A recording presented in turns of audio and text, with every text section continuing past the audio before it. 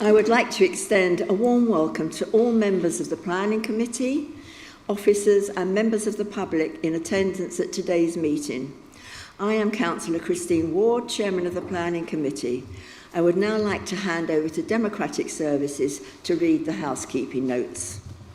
Thank you. Please note that this meeting is being broadcast live on the Council's website via YouTube. It will remain available for a minimum of 12 months. I would remind those in attendance to use your microphones when speaking, but do remember to switch them off once you have finished. Please also switch any mobiles or laptops to a silent setting for the duration of the meeting. If the fire alarms ring, please can everyone leave the room immediately and use the nearest fire exit, but do not use the lift. Please go to the fire assembly point, which is located at the bottom of the car park by the garages. Thank you. Thank you. Can we confirm the minutes, please, for the 11th of February? There is an agreement? Agreed, Chairman. Thank you. And do we have declarations of interest? Councillor Riley.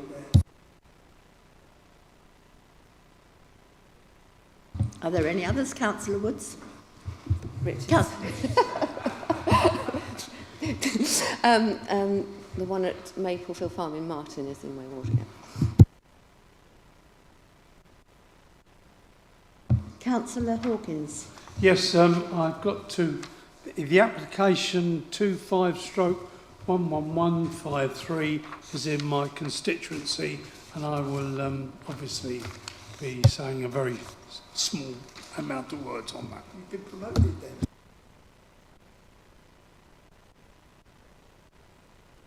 And apologies, please. Thank you. Yes, we've received apologies from Councillors Davies and Hartman. Thank you very much. So we'll now go to our first application. We have 3 speakers registered. I understand, Mr. Garnett and Dr. Lyons, you're going to share the 3 minutes, okay? And then Bill Wettram, you will have 3 minutes. Okay. So first of all, we go to the presentation. So Mr. Gilfillan, would you like to go ahead? Thank you, Chairman. Good morning, councillors. This morning I'll be presenting the latest application in Strategic Site 1, land north of Totton.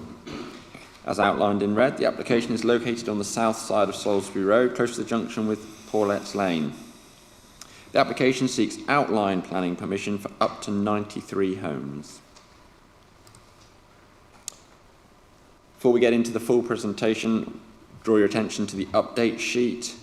We did receive 2 further representations from members of the public after the report was produced and published. You can see from the update sheet that there's 1 letter supporting the principle of residential development and 1 letter objecting to the impact of the development on highways, road congestion and local services. Since we published that update, we also had further correspondence from the NHS reiterating their earlier representation that they believe that they have justifiably demonstrated that they should receive financial contribution towards mitigating the impact of the development on local NHS healthcare services.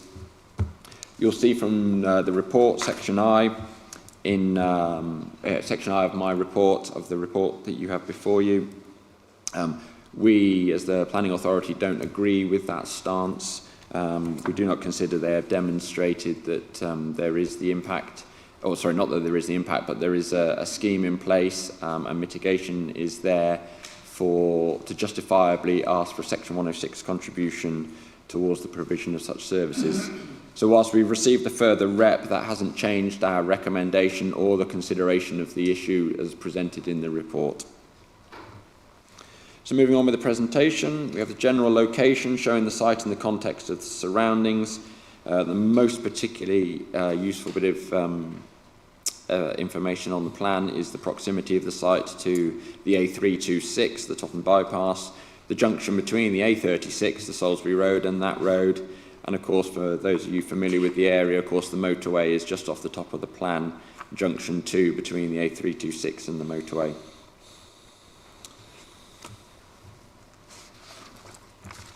Turning to an aerial photo, again the site is outlined in red, Salisbury Road running east to west through the centre of the photo. useful to see the agricultural landscape of the existing site, but also the maturity, the extent of tree coverage on the site, around the edge of the site, cutting through the centre of the site. And really useful to see that when this photo was taken, that the Blore Homes development has commenced on the north side of Salisbury Road, also within SS1 strategic allocation, giving you a flavour for the emerging, evolving pattern, character of the area, pattern of development, and the changes that are beginning to be delivered now. To the west, we have the former Calmore Croft Farm, hard standing associated with that, and the site previously occupied by Churchill Retirement as a construction compound. They've vacated that site now. Planning permission has been granted in outline for employment use of that site, and you can see they've presumably been doing some archaeological trenches, checking out to see if there's anything in the ground associated with historic use of the site. You can see residential buildings to the edges of the site, also within SS1. We have the bridleway running east to west to the south, and further fields, some of which are subject to planning permissions, others that fall within SS1. We'd expect to see further planning applications to come forward in the near future. Local context, I referred to the extent of tree coverage, the green blobs being tree preservation orders. So significant number of the trees on the site are covered by a tree preservation order and beyond the site.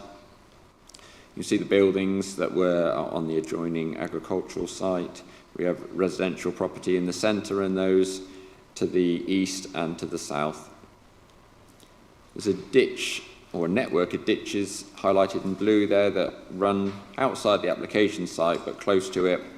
Again, in an east-west, or west to east they flow across Paulet's Lane and off towards the River Test Solent to the southeast. New Forest National Park on the corner of the plan there, the yellowy brown colour and its boundary line, so in close proximity to, but clearly outside of that, and the A326 is a pretty established, strong boundary separating the district from the national park. And being within the SS1 allocation, the thick black line wrapping around the edge of the wider allocation being the area of the built-up area as defined in the local plan. So turning to the local plan, I alluded to, referenced, the site falls within the site allocated by the local plan for mixed-use residential-led development. The concept master plan setting out a broad strategy for the delivery of the headline development requirements of up to 1,000 homes, a commercial core being the bluey purple colour on the corner of the site there, community focal point in a prominent location stretching across the centre of the site, the dashed black line. Contributions are sought for education provision, potentially to include 2 hectares of land to be reserved for a primary school. To date, that hasn't been a requirement of Hampshire. They have preferred to seek financial contributions to support expansion of local schools, and of course on-site provision of formal public open space. So those are the headline requirements of the policy. Detailed requirements will be explored in due course relating to this specific application. To date, we have granted permission for circa 620 dwellings and the employments, 7 hectares of employment land across the wider allocation. Blore Homes being the one we saw in that aerial photo, being land to the north of Salisbury Road, but we've also got development that have occurred down at Loperwood Lane, planning permission on land at Cooks Lane and on Hill Street, combining to give us that circa 620 homes, of which this scheme proposes another 93. Looking at the site itself, line of trees along the driveway that serves Calmore Croft House, an established feature of the landscape, and then much more mature and larger trees wrapping around the edge of the site. Where the cursor is at present, that's the line of trees through the centre of the site, and then this is the southern boundary in the distance. and this is the principal area for development in the foreground. These are houses, properties, buildings on Polet's Lane, so further trees on the eastern side of the site, and that same field in the foreground as we saw in the previous photo.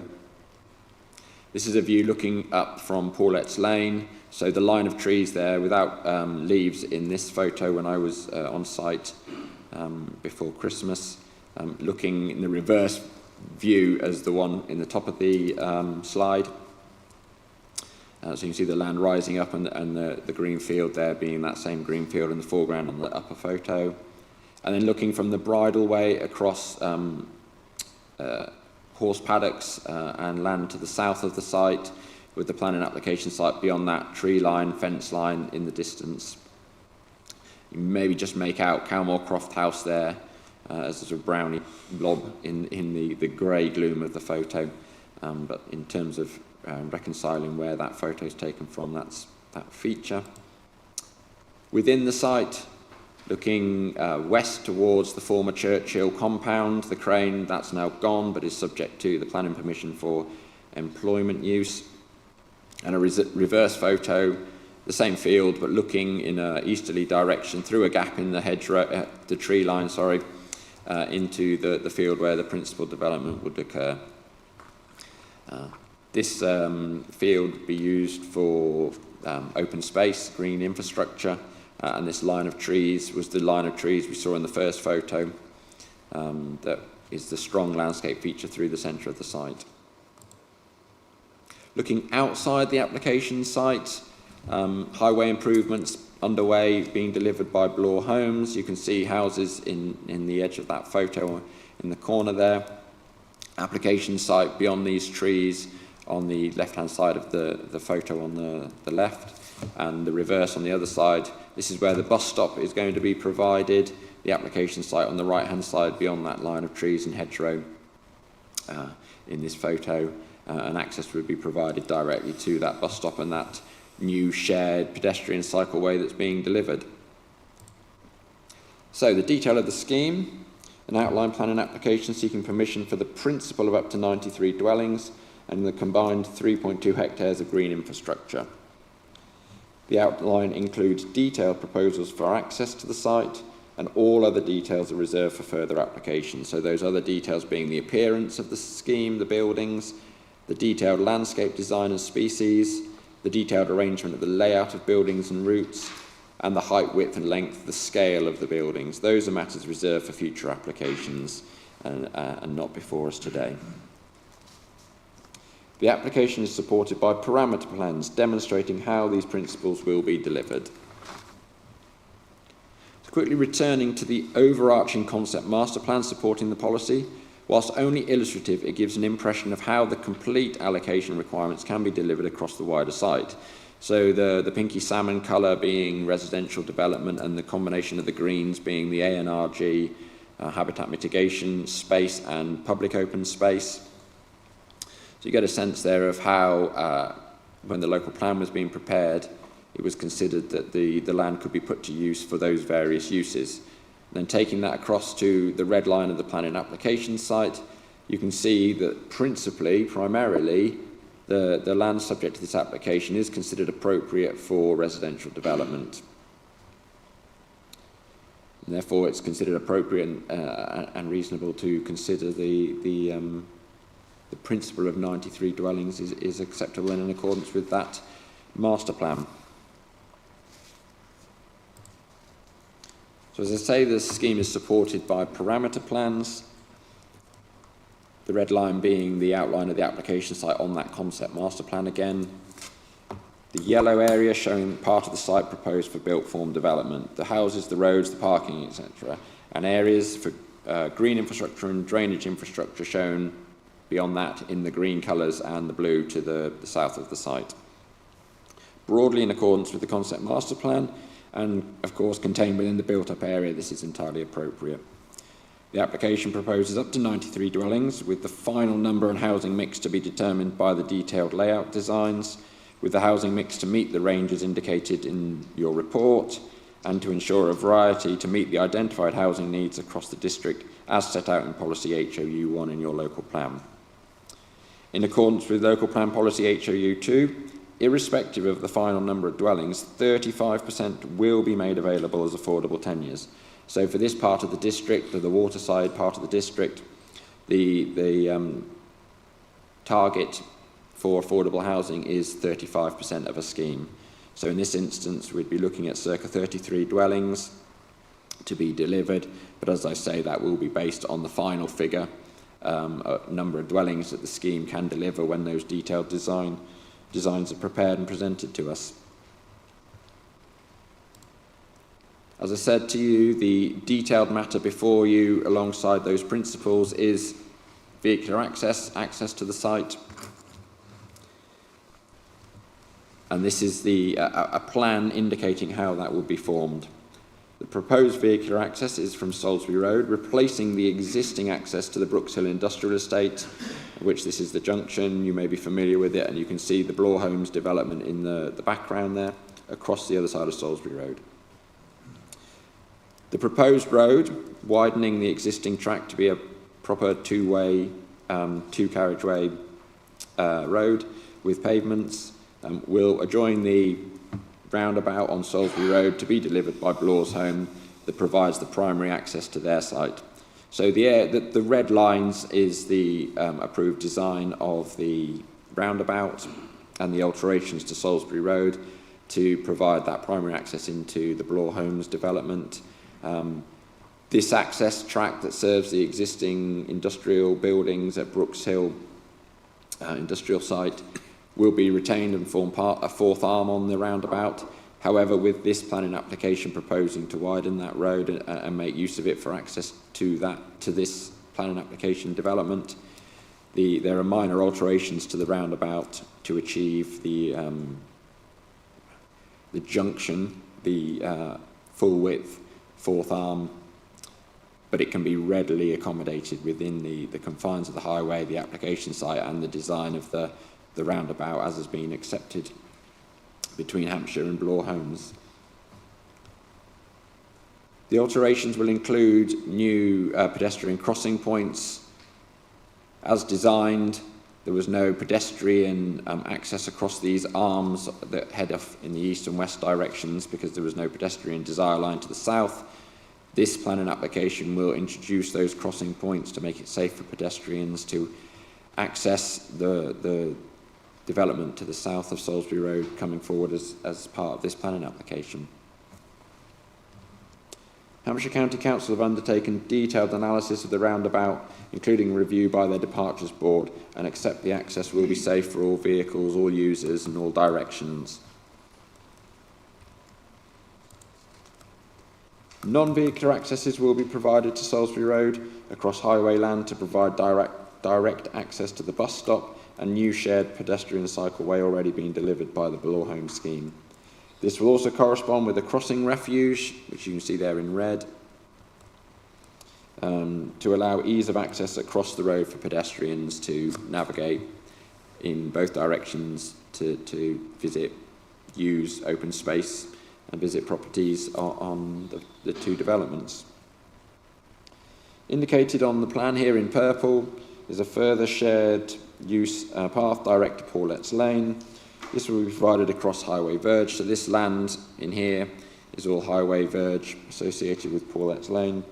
This will be subject to financial contribution that is included in your recommendation. So we have opportunity to tie access from the application site into the existing improvements on Salisbury Road and ensure that there's connectivity to the other development parcels within SS1. That's supplemented by an access parameter plan showing opportunities and demonstrates the further access options that could be provided by the detailed layout and how routes across the site could be laid out to connect those points. The important ones are direct non-vehicular access to the employment site. So I referred to the purple land on the concept master plan and permission that's been granted for employment development on this land to the west. Well, that scheme brings an option for a pedestrian cycleway to its northeast corner, which aligns with this potential access point on this outline parameter plan. Considered to be a key opportunity to ensure that employees or residents of the respective sites can navigate between those sites on foot or by bike, rather than having to go the long way round, as the phrase might be, via Salisbury Road. So it's a good opportunity to get a decent connectivity between those adjoining sites. Also opportunity for a more preferable access to Paulet's Lane, more directly related to further development opportunities should intervening land become available. So we have a desire and opportunity for an access point here, rather than that purple path that I showed you on the preceding plan that cuts through these trees. However, as Paulet's Lane is separated from the application site by a further field here, should this land come forward for development in accordance with the concept master plan, we'd look to get a more direct route from this application site through that land to Paulet's Lane, and hopefully to any further development opportunities on land beyond Paulet's Lane. But in the absence of that land being subject to a planning application, we've sought to secure a route across highway land that is within control of Hampshire County Council, and therefore we can negotiate with them directly at this time. However, should this land come forward and this opportunity present itself, then those finances may be used for, would be used for other highway interventions that we agree with Hampshire are considered to be appropriate in supporting the wider aspirations of connectivity across this strategic site. This plan highlights paths through the open space to the north boundary here, and where opportunities to link to open space on the north side of Salisbury Road being delivered on the Blore Homes scheme to ensure continuity of access to green space and connectivity directly between those spaces is available. Building heights parameter plans, predominantly two-storey, consistent with the evolving pattern of development. Opportunity for taller 2.5 and 3-storey buildings in the centre of the site and as an entrance feature building. The principle of this approach is entirely acceptable, and detailed applications for the appearance and scale of those buildings will be subject to future applications, but will need to adhere to these parameters. It's entirely appropriate to deliver a range of heights to provide some variety in roof heights and building design, and take opportunities for larger buildings where the space allows for it. These cross-sections showing crudely, illustratively, how those larger buildings could be, and the sloping ground, and how those buildings can work with the sloping ground. So this being a larger building that could sit within that 3-storey section, separated by trees, and then more traditional 2-storey buildings in the main heart of the residential development. Green infrastructure parameter plan, demonstrating the arrangement of green space across the site, the combination of ANRG, the alternative natural recreational green space, and informal public open space with equipped children's play areas to be included. Sufficient ANRG and informal POS is provided for. However, the shape of the site means the spaces do not replicate the concentric shapes expected by the Habitat Mitigation SPBD that sets out what ANRG should look like and how it could be delivered.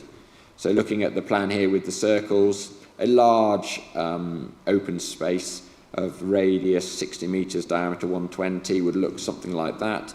You can see how the space on the west of the site is following the width of that. It achieves that dimension in some directions, but not completely as a concentric circle. These smaller spaces are closer to meeting those dimensions. However, in overall terms, the amount of space being provided is sufficient to meet the residential occupancy rates. And when you look at the plan here, the aerial photo gives an indication of what is beyond the boundary of the application site. It's further green space, whether it's garden as part of Calmore Croft farmhouse, the paddocks that you saw in the photo I showed earlier to the south of the site, give that openness, that sense of openness, those longer distance views. The site isn't hemmed in by development on all sides, So this ANRG space can still perform for the residents to help direct use away from the sensitive areas of the national park, despite not meeting that 120 diameter dimension. And described earlier about connectivity, we've got green open space linking the other areas of ANRG, and then the green open space coming through to the boundary with Salisbury Road, where crossing points will be available to access green space beyond the boundary in the Bloor Homes scheme, and the network of open spaces that they will be providing. So whilst crudely, slavishly speaking, we haven't achieved that space, the dimensions of that space, this still forms an important part of a network of spaces and will serve the needs of the residents well, and contribute to mitigating the impact of development on sensitive habitats in the New Forest.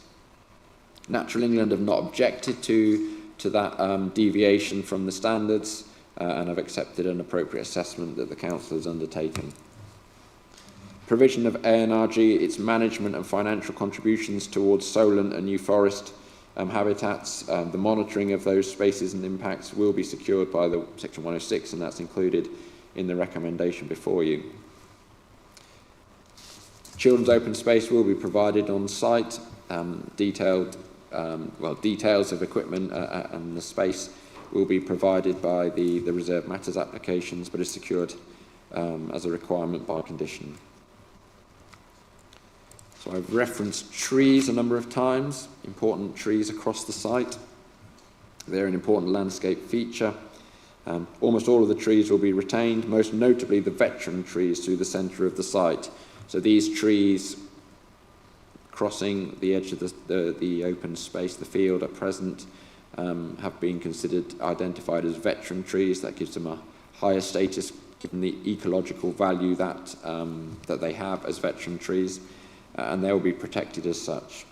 Recognised by the NPPF as an irreplaceable habitat for their ecological qualities, Condition will secure a management plan to ensure they are protected from recreational pressure and maintained accordingly.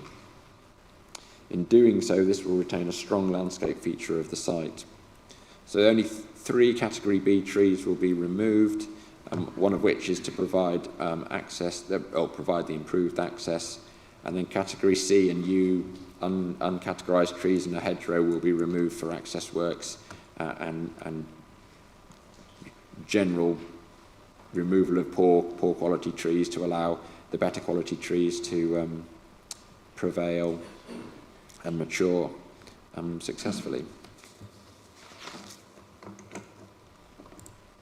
Landscape framework sets a high-level strategy for the landscape of the site, including habitats to be formed, trees and hedgerow planting, and including tree-lined streets. So whilst this element is illustrative in respect of where the routes will go through the built-up area, the principle of delivering tree-lined streets is being established by this landscape framework. The detailed reserve matters application will provide the planting schedule and layouts, but this demonstrates acceptable principles. Drainage. Due to the position of the site, it is not at risk of fluvial or surface water flooding. However, it is acknowledged that surface water flooding does occur in close proximity to the site to the southeast across Paulette's Lane.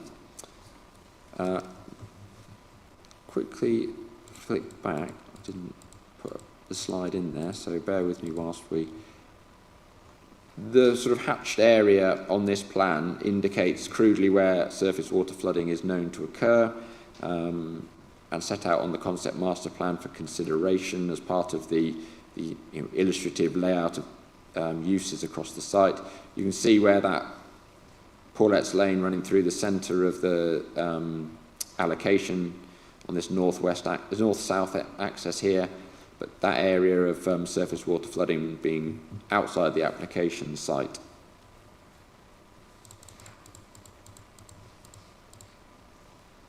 So beyond this southern boundary. The scheme at this stage has provided details of an attenuation basin to store surface water drainage during periods of high rainfall, and will release it at existing greenfield rates to limit any additional impact on the areas at risk of flooding and downstream surface water flows from the ditches that run through this area.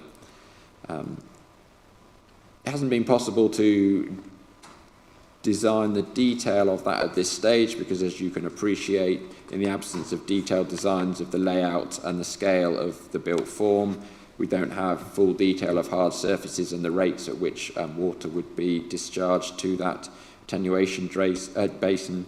However, to the satisfaction of Hampshire County Council Flood Risk Authority, the principles that are being proposed at this stage are entirely acceptable and can achieve a successful drainage strategy for the site. You'll see from the report that I've raised concerns regarding the landscape impact of such a feature. Quite a deep basin to capture the volume of water that could be produced and taking into account climate change, of course. And this will be quite a dramatic feature in the landscape within the site. And I must make that point that within the site, I don't believe it will have an impact beyond the site, but as a change within the site, it'll be quite a significant feature of the landscape. The applicant believes that there is opportunity to landscape it as shown in this image, a photo taken from another site, to achieve a more satisfactory appearance, and that may be the case, time will tell. Hence the concerns raised in the report that as a landscape feature it could be quite a change in the existing landscape and struggle to be absorbed into the landscape setting of the site. However, from a technical point of view, the technical assessment undertaken by Hampshire County Council is satisfactory and accepts that the principles of the drainage strategy are achievable and will avoid exacerbating existing flood risk downstream. And it's important to note that, of course, that's the drainage strategy has been designed with knowledge of that existing flood risk present in the area. Heritage, we have a couple of non-designated heritage assets in the area. No listed buildings within close proximity to the site to be affected by it.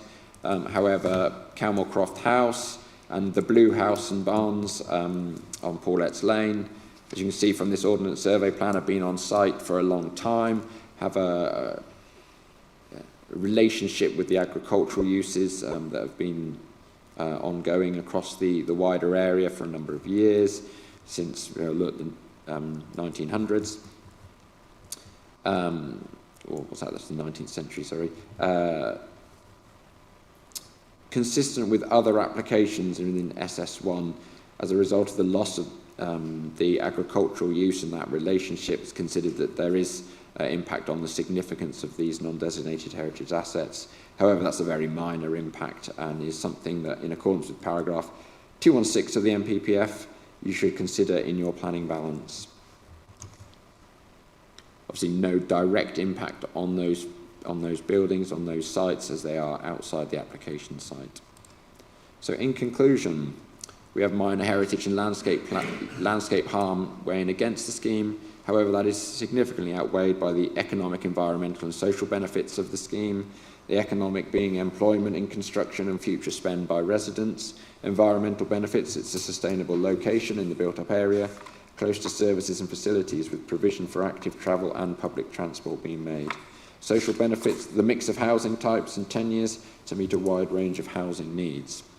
Especially where we cannot demonstrate a 5-year supply of housing land, the proposal comprises sustainable development contributing to implementation of local plan policy SS1. Mitigation for impacts on the new forest and solent habitats can be secured. On-site ecology, including irreplaceable habitats, the veteran trees and landscape features, will be preserved. Highway and pedestrian safety and provision of facilities for sustainable forms of travel will be secured. The scheme is in broad compliance with the development plan as required by the Planning and Compulsory Purchase Act. So the recommendation before you is delegate authority to the DM Service Manager to grant planning permission subject to securing a Section 106 planning legal agreement and conditions as set out in the recommendation in the report. Thank you. Thank you very much for a very comprehensive report. We'll now go to the speakers. Mr. Stuart Garnett, are you going first? Yes. On behalf of the applicant. Thank you. Good morning, Chair and members. I'm Stuart Garnett, speaking on behalf of Shorewood Homes. We're a Hampshire-based house builder established 9 years ago, specialising in delivering high-quality, traditionally designed homes in well-landscaped settings. We take great pride in the places we create and remain closely involved in projects we deliver. The site represents an exciting opportunity for us to build on the successful developments we've delivered elsewhere in the county. I'd like to thank your officers for their constructive and professional engagement throughout the whole application process. Their guidance has helped shape the proposal before you today, and we're grateful for their recommendation to approve. We're very keen to move forward and begin preparing our Reserve Matters application so we can play our part delivering new homes as part of this strategic site allocation. As a privately owned house builder, we're able to move forward quickly and are keen to start delivering homes here as soon as possible. I hope you're able to support the officer recommendation. Thank you. Dr. Chris Lyons. Good morning, members. As you know, this proposal forms a small part of the wider strategic allocation known as Policy SS1, allocated in your local plan. In addition, the site is located in the built-up area, and as noted in your officer's report, the principle of residential development on this site has already been accepted. The outline proposal before you has been carefully designed in close liaison with your officers to ensure it delivers a high-quality scheme. The proposal includes a concept master plan and a set of parameter plans, including building heights, land uses, green infrastructure, and access and movements. All of these will ensure the detailed design of the site at RM stage will keep the high quality of the development as shown on the illustrative plans. As detailed in the officer's report, the majority of consultees support the proposal, and there's very little public objection to the scheme. The parish council is also supportive. The development proposes up to 93 new homes, 33 of which will be affordable, which accords with policy requirements. An appropriate mix of dwellings to meet a range of local needs has been agreed with your officers and is detailed in the report. Vehicular access to the site is proposed in full, and the application is accompanied by access drawings. Proposals for additional pedestrian and cycle links to surrounding areas have also been included. Drainage issues have been fully addressed, and the detail will follow in the RM. As the officer's report describes, there are no identified harmful effects that would not be outweighed by the significant and demonstrable benefits the proposal will deliver. These include 93 new homes, 33 of which will be affordable, the economic benefit of construction jobs, and environmental benefits including the delivery of ANRG and biodiversity net gain. We trust you will agree with your officers and support the application. Many thanks. Thank you very much. Mr. Bill Wettram, objector, you have 3 minutes. One for Shorewood Homes, maybe. The time scale of the development, and when is the pumping station and that part of it going to be operational, and what sequence that would be. Another question maybe for the overall site, the overall area, is there a stormwater plan or of any description to mitigate the flooding in Paulet's Lane? Is there anything in the future that, is there anything that can be worked on or given to these developers to say this is what you've got to comply with? We'll ask those questions. Do you have any more to your statement?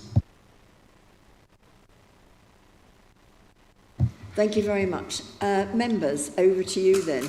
You can ask questions now to the speakers or officers. Councillor Hawkins.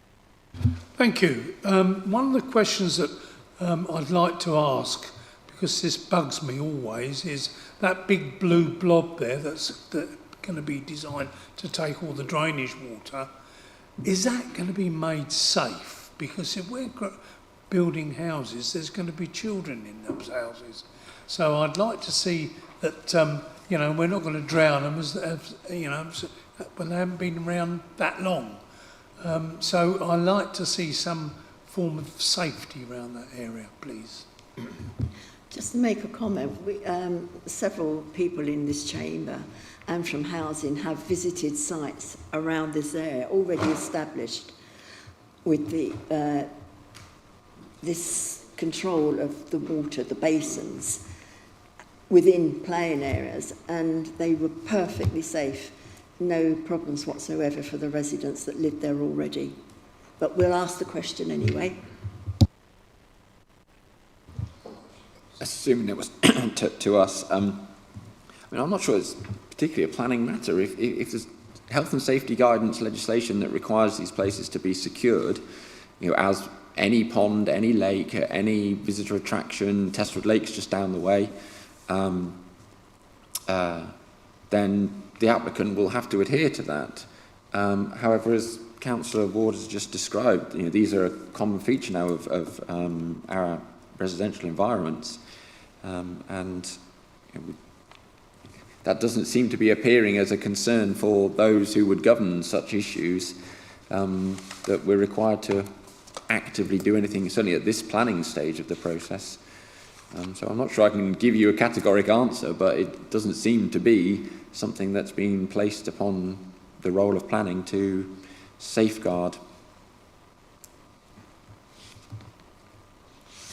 Councillor Dowd. Oh, another question, Councillor Hawkins? Just to follow up on what the officer said and your good self, we as representatives of the residents of the New Forest have got a responsibility to make sure people are safe, and we should be asking the questions. Now, God forbid if anybody, a child drowns there because we've got no safety. That is my worry. And as it's going to be built for people, young people, there's going to be kids around. So that's my concern. Thank you. Yeah, I don't think anybody here would put the life of anybody at risk in any of these developments, Councillor Hawkins. Right, Councillor Dowd. Yes, my concern, going back to the comments you made about the communication with the National Health Service, and that they raised the need for 106 funding, I believe you said.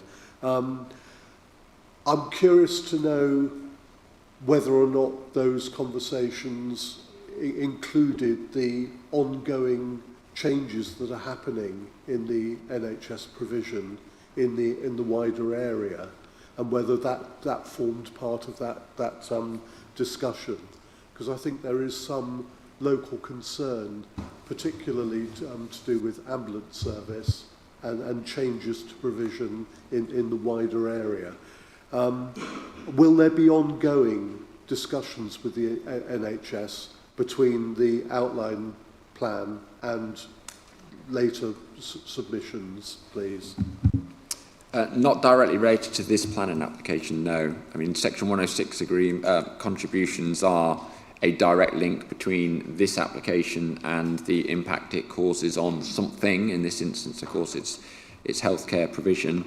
The conversations were directly related to the provision of additional GP services, so no other wider NHS healthcare provision services facilities.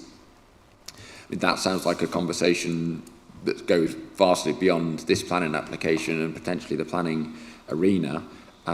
They are being strongly encouraged to engage in the local plan process. Part of the problem that they face is their lack of engagement in the previous local plan preparation, so the local plan that we have on the table in use at present.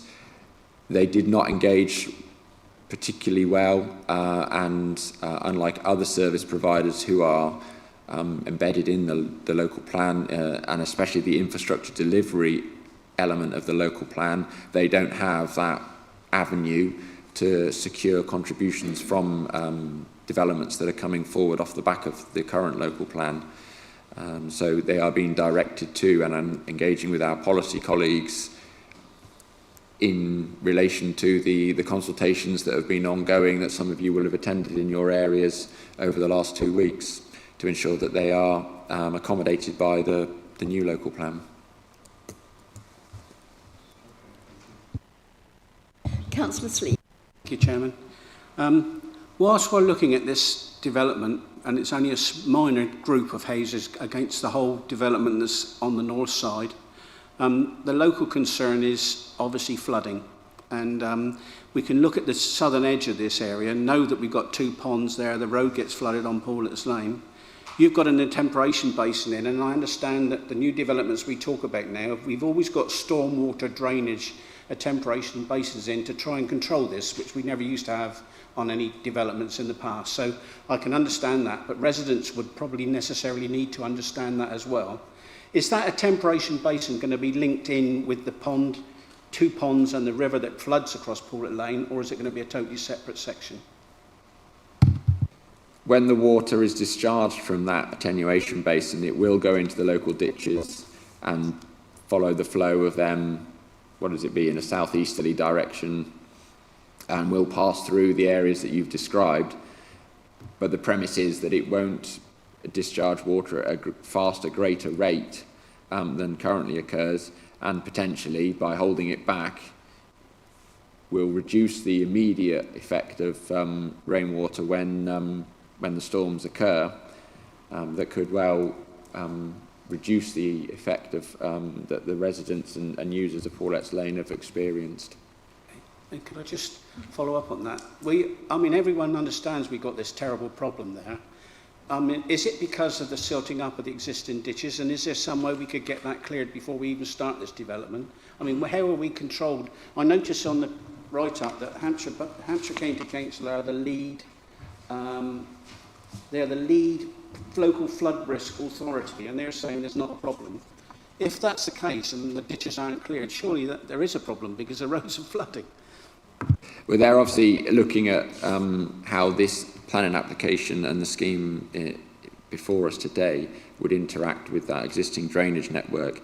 And you'll note from the where I've paraphrased their representation in the section of the report where we capture the consultee comments, there is reference to them expressing a willingness to engage with the applicant on maintenance of ditches that will be used by the discharge of water from this site. So there is, I think, a willingness to improve the situation alongside the works that will be undertaken to deliver these developments. It does lie with Hampshire as the appropriate authority in respect of maintaining ditches. Clearly, their resources are stretched, and trying to get around the entire county as effectively and efficiently as people would like is always going to be a challenge, but there is an opportunity here to work with the developer, and it's acknowledged in the technical plans that the applicant has presented that maintenance of the ditches will form part of the drainage strategy, and Hampshire, who are the responsible authority, can use their powers to facilitate that. Can I just carry on?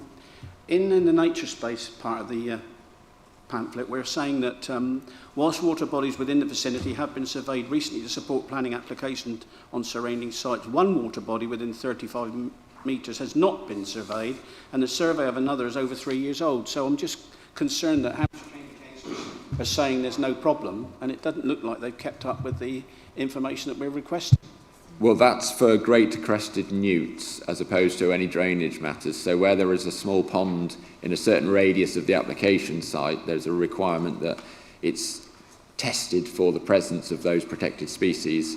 And of course, as you can imagine, with the planning applications we've received across the wider area, every ecologist is knocking on the door trying to survey the ponds in people's gardens or in certain fields.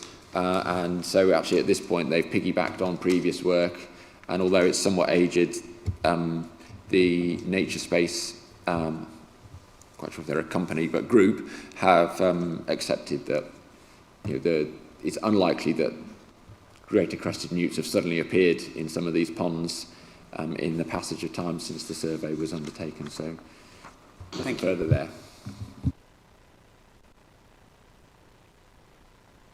Thank you. Can I just ask either Mr. Stuart Garnett, can you just answer Mr.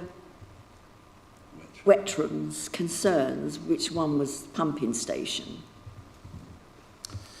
Okay, so the application before you as an outline. We obviously spent quite a lot of time developing a drainage strategy as part of that outline. Moving forward, if reserve matters is granted, we then need to get into the technical work with Hampshire County Council and other bodies in order to develop the detailed strategy, and I think that's a suggested condition to all of this. Assuming we get the legal agreement completed, the planning permission, we then need to bring forward the reserve matters.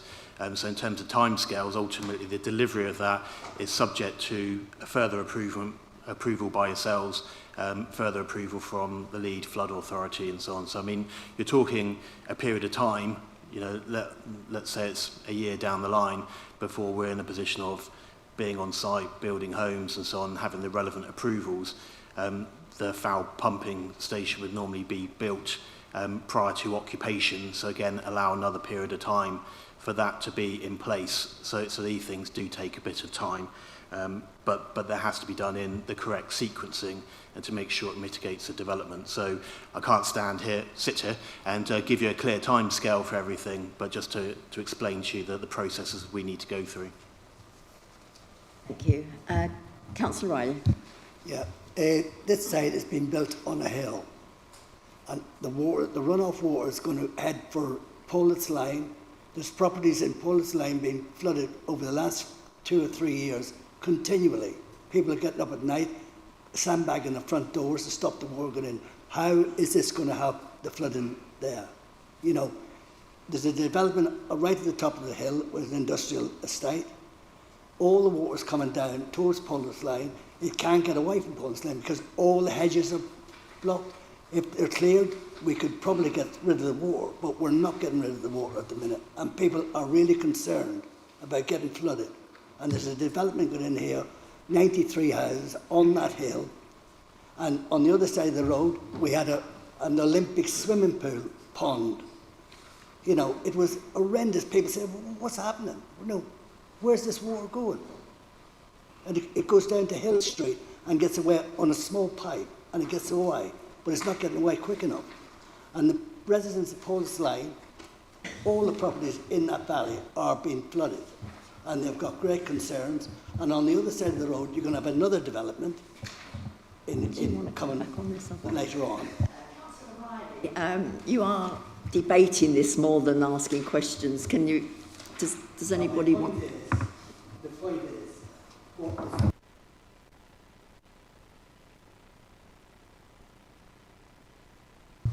Yeah, thank you. I came to the parish council meeting last year, and I think that at that time there was a representative from Hampshire County Council, and so that was sort of they coincided, shall we say. We were always aware that this was a particularly sensitive issue. Our supporting drainage information has looked at all the drainage ditches going down Paulet's Lane and has surveyed them. Again, I think that it's been discussed about issues of silting up. It's in the officer's report. There is a wider issue that relates to Hampshire County Council undertaking those works. So it's important that what we do, as mentioned by the officers, in relation to controlling surface water runoff in our site through swales and attenuation basins to hold the water and then release the water slowly. And so that has to be on the basis of the existing conditions or better than. Guidance has recently changed prior to Christmas in relation to sustainable drainage systems. So I think that there is a wider conversation with Hampshire in order to look at these, undertake the survey work and get that work undertaken to make an improvement to local residents downstream. Riley, you want to comment? well, the planning officer said it will run off in the ditches, but that's not going to happen. That's why we're getting flooding.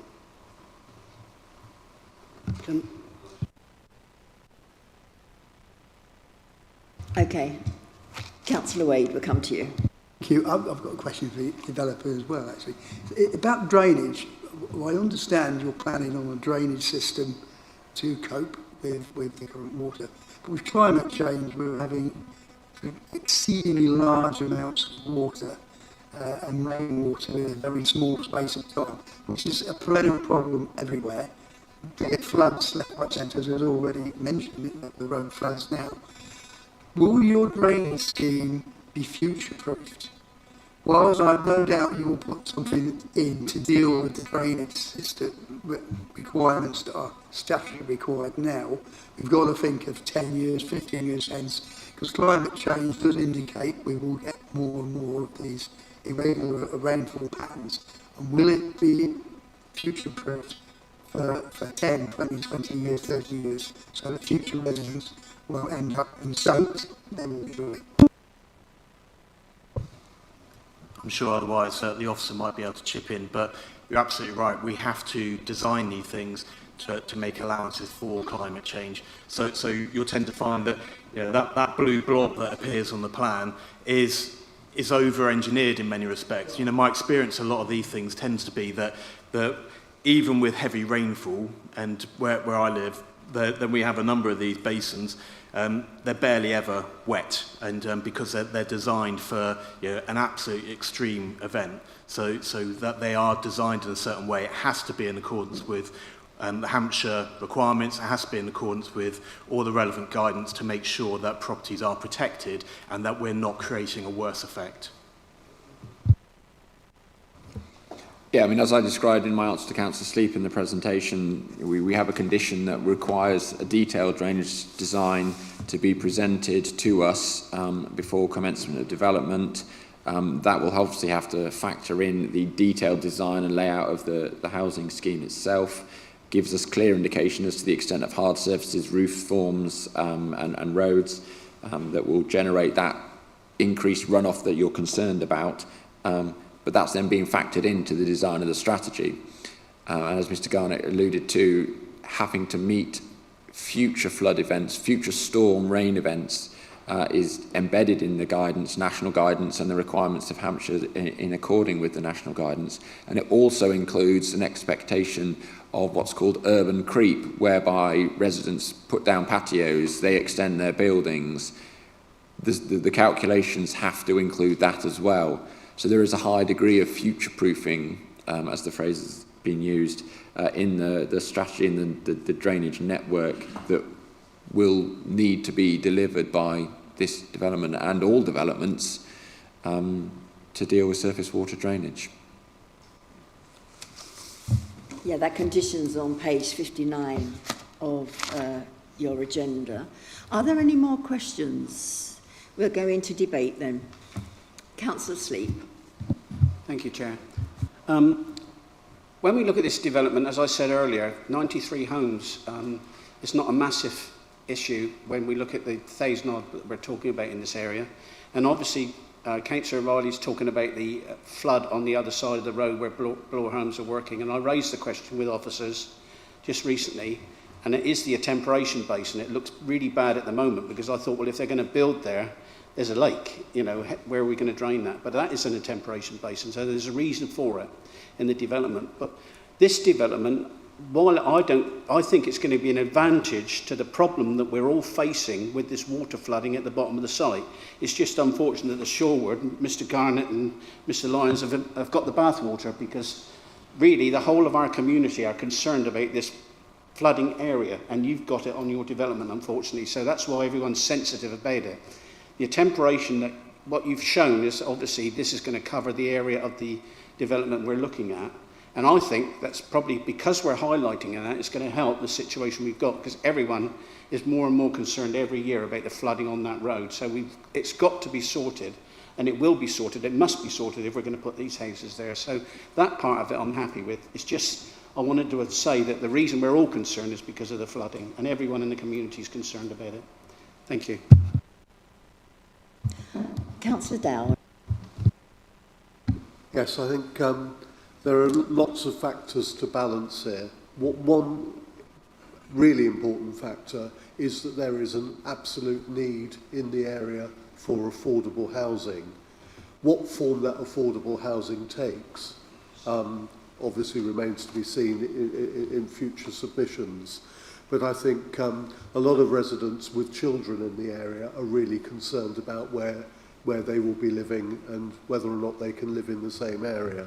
So that's an important one, I think. Infrastructure is also a major consideration, infrastructure of all sorts.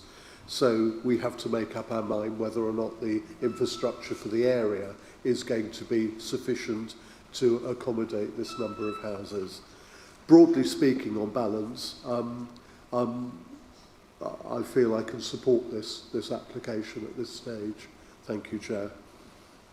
Thank you. Councillor Riley. I support the actual site, but I've got great concerns about flooding.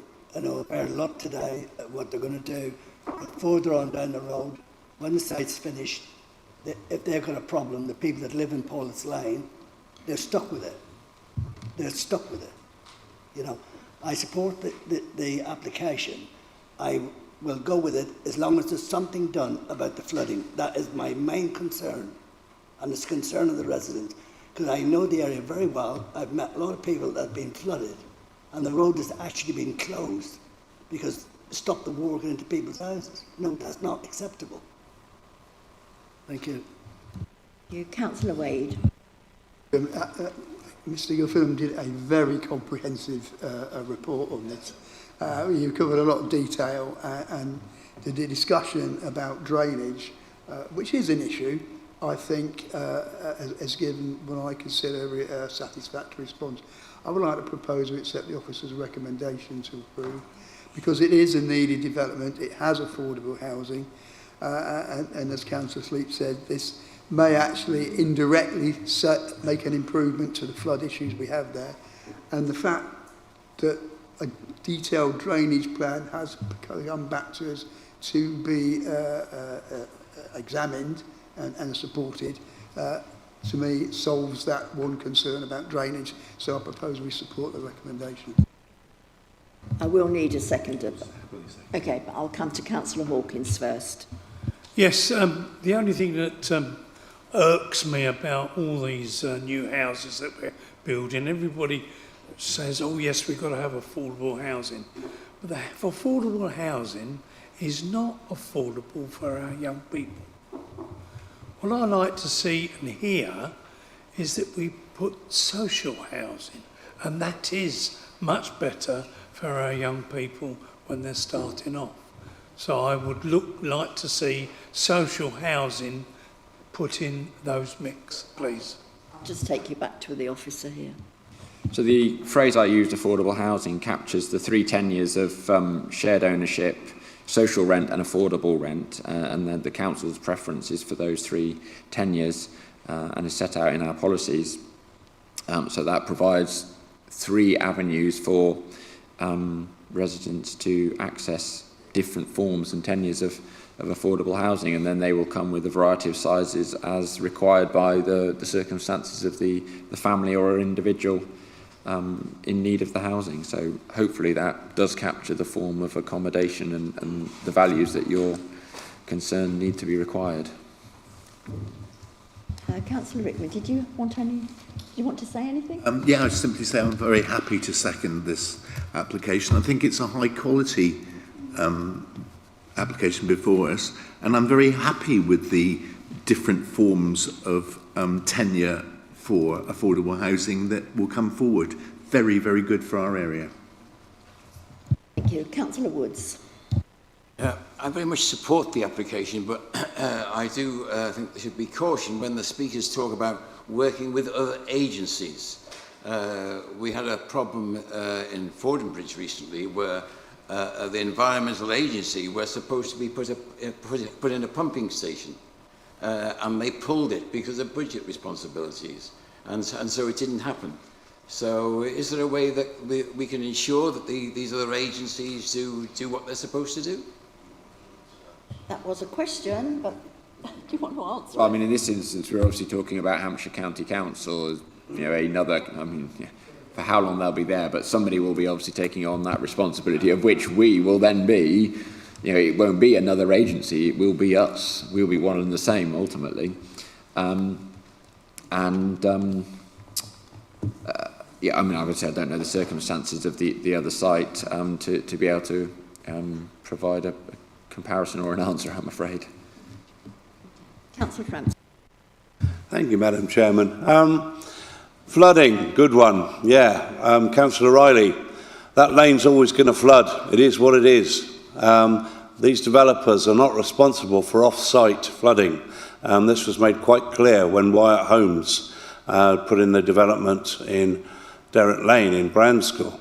All they have to do is make sure that their development gives no more or less water runoff than already goes down on there. Now, I walked the attenuation basins with the site manager at Wyatt Homes 2 weeks ago when we had the worst of our flooding, and everybody that was locally flooded blamed them, oh, the runoff on the new estate.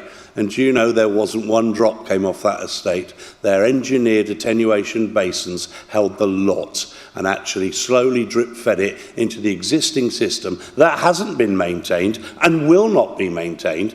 Riparian ownership goes to county, it goes to landowners, and everybody has sloping shoulders, and we cannot penalise developers with their schemes for other people's dereliction of duty, county being one of the worst. I think this is a very good scheme. If the attenuation works right, it will help, because the runoff from that field now, if it can be slowed down, will actually be a benefit. Thank you. I'm going to bring this to an end. I think it's well covered with questions and debate. The recommendation is to grant, and that's been proposed by Councillor Wade and seconded by Councillor Rickman. Before we vote, we'll come back to the speakers. So, Mr. Garnett or Dr. Chris Lyons, you have 1 minute to respond.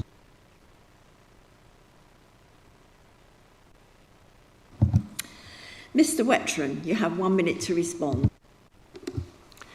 Right, I would look forward to an overall drainage plan for the whole of the area that developers could latch on to solve their drainage problems. Putting in pumps and sinkholes or ponds or whatever you want to call them, you know, is just another little gesture. We don't never seem to get anything right here. It's always sort of patches up or sorted out afterwards when it's too late. That's me. Thank you very much. So, recommendation to grant to service manager electronic votes. Can you please vote, please?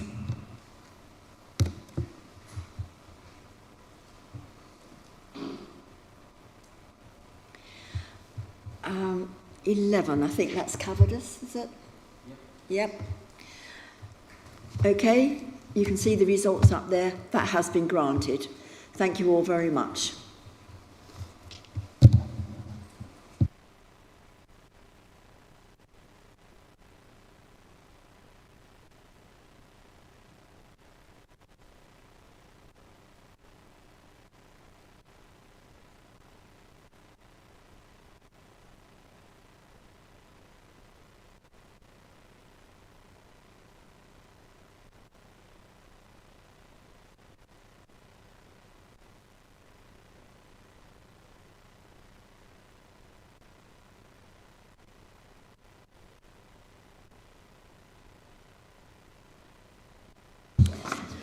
Okay, we'll carry on now with our second application, which is on page 67 of the agenda. Maplefield Farm was originally granted, now come back to us. Recommendation is to refuse because there's no legal agreement. No speakers. Do you want to say anything? More than what's already there? I want to say a bit, and I've prepared a presentation. Basically, I suspect some of you weren't in the room as part of the committee when this was presented the first time round anyway, so quick run through as to what we're talking about. Application is out in Martin, in the far reaches of the northwest of the district, on the edge of the little village there, opposite Martin Club.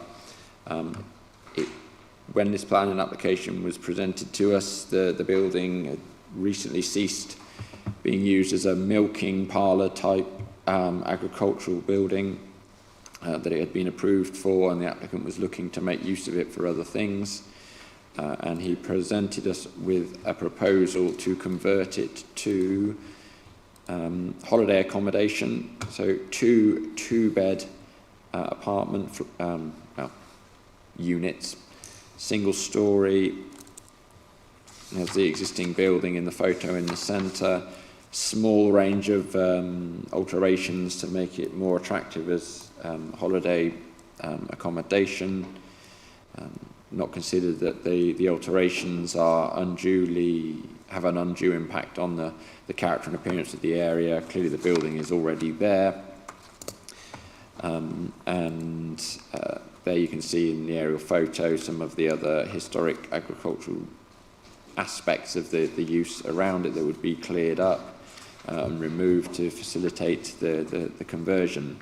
Now, there was an earlier planning application that this committee refused, including reasons associated with the impact on the character and appearance of the area. It falls in the national landscape.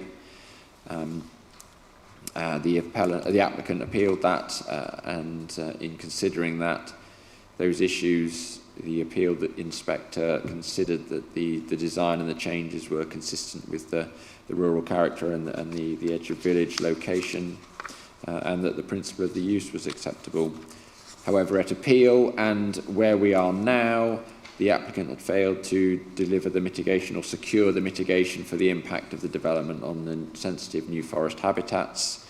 And despite a resolution to support an application in 2023 from this committee, we still have got no further with securing the important mitigation, essential mitigation, and therefore this application is brought back to you with the new recommendation to refuse on the basis that mitigation hasn't been secured. I know, given the passage of time, I'm not confident that it will be, and therefore the revised recommendation due to the unacceptable impact that the scheme would have on the sensitive habitats in the New Forest. Thank you very much. Are there any questions? Debate? Go straight to the vote. Okay, I need a proposer and seconder. Proposing? Down. So propose that we accept the recommendation to refuse by Councillor Frampton, seconded by Councillor Dowd. Will you go to your electronic votes? Thank you.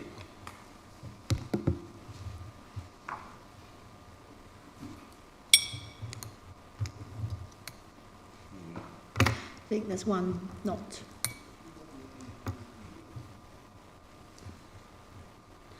That has been refused. Thank you all very much.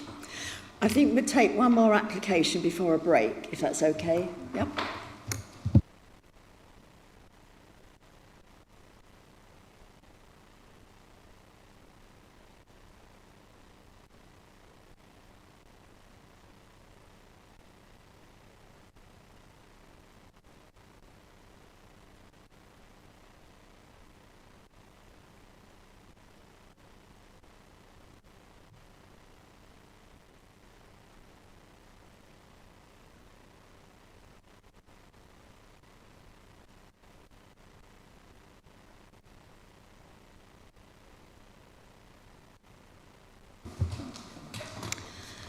Okay, next planning application is for Shortfield Country Park.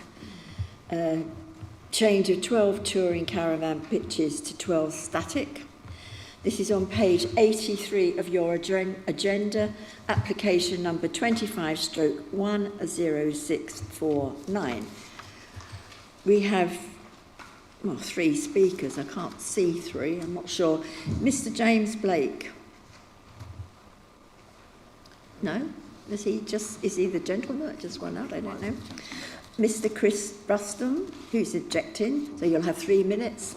And Councillor David Roll, you'll have 3 minutes. Right. Do we need to? Oh, I don't know where it's gone. There was an email from him last night. It was an email to members saying that he might not be able to be. Oh, all right, okay. And then support. Okay, fine.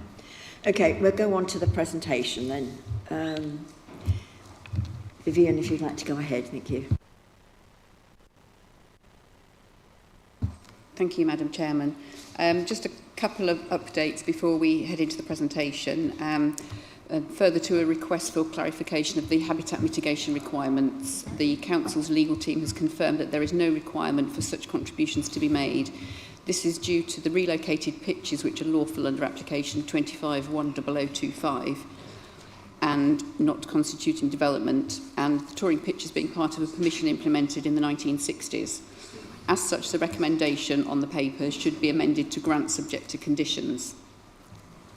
Correspondence has also been received between the agent and parish council, who were requesting clarification of the status of the touring pitches. Subsequent to this clarification, the agent has sent a letter to all members dated March 9th with a further update which has come to light, advising that the touring pitches were originally implemented and removed from the site in the 1980s. Whilst this does not impact the recommendation, you'll note that there are subsequently inaccuracies in my report because this information has only come to light since the report was published.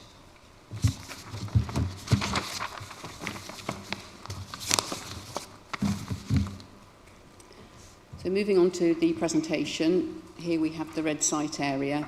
Due to the thickness of the lines, they do appear to be attached, but I think on paper there's a little gap just to the south tip corner of the residential property.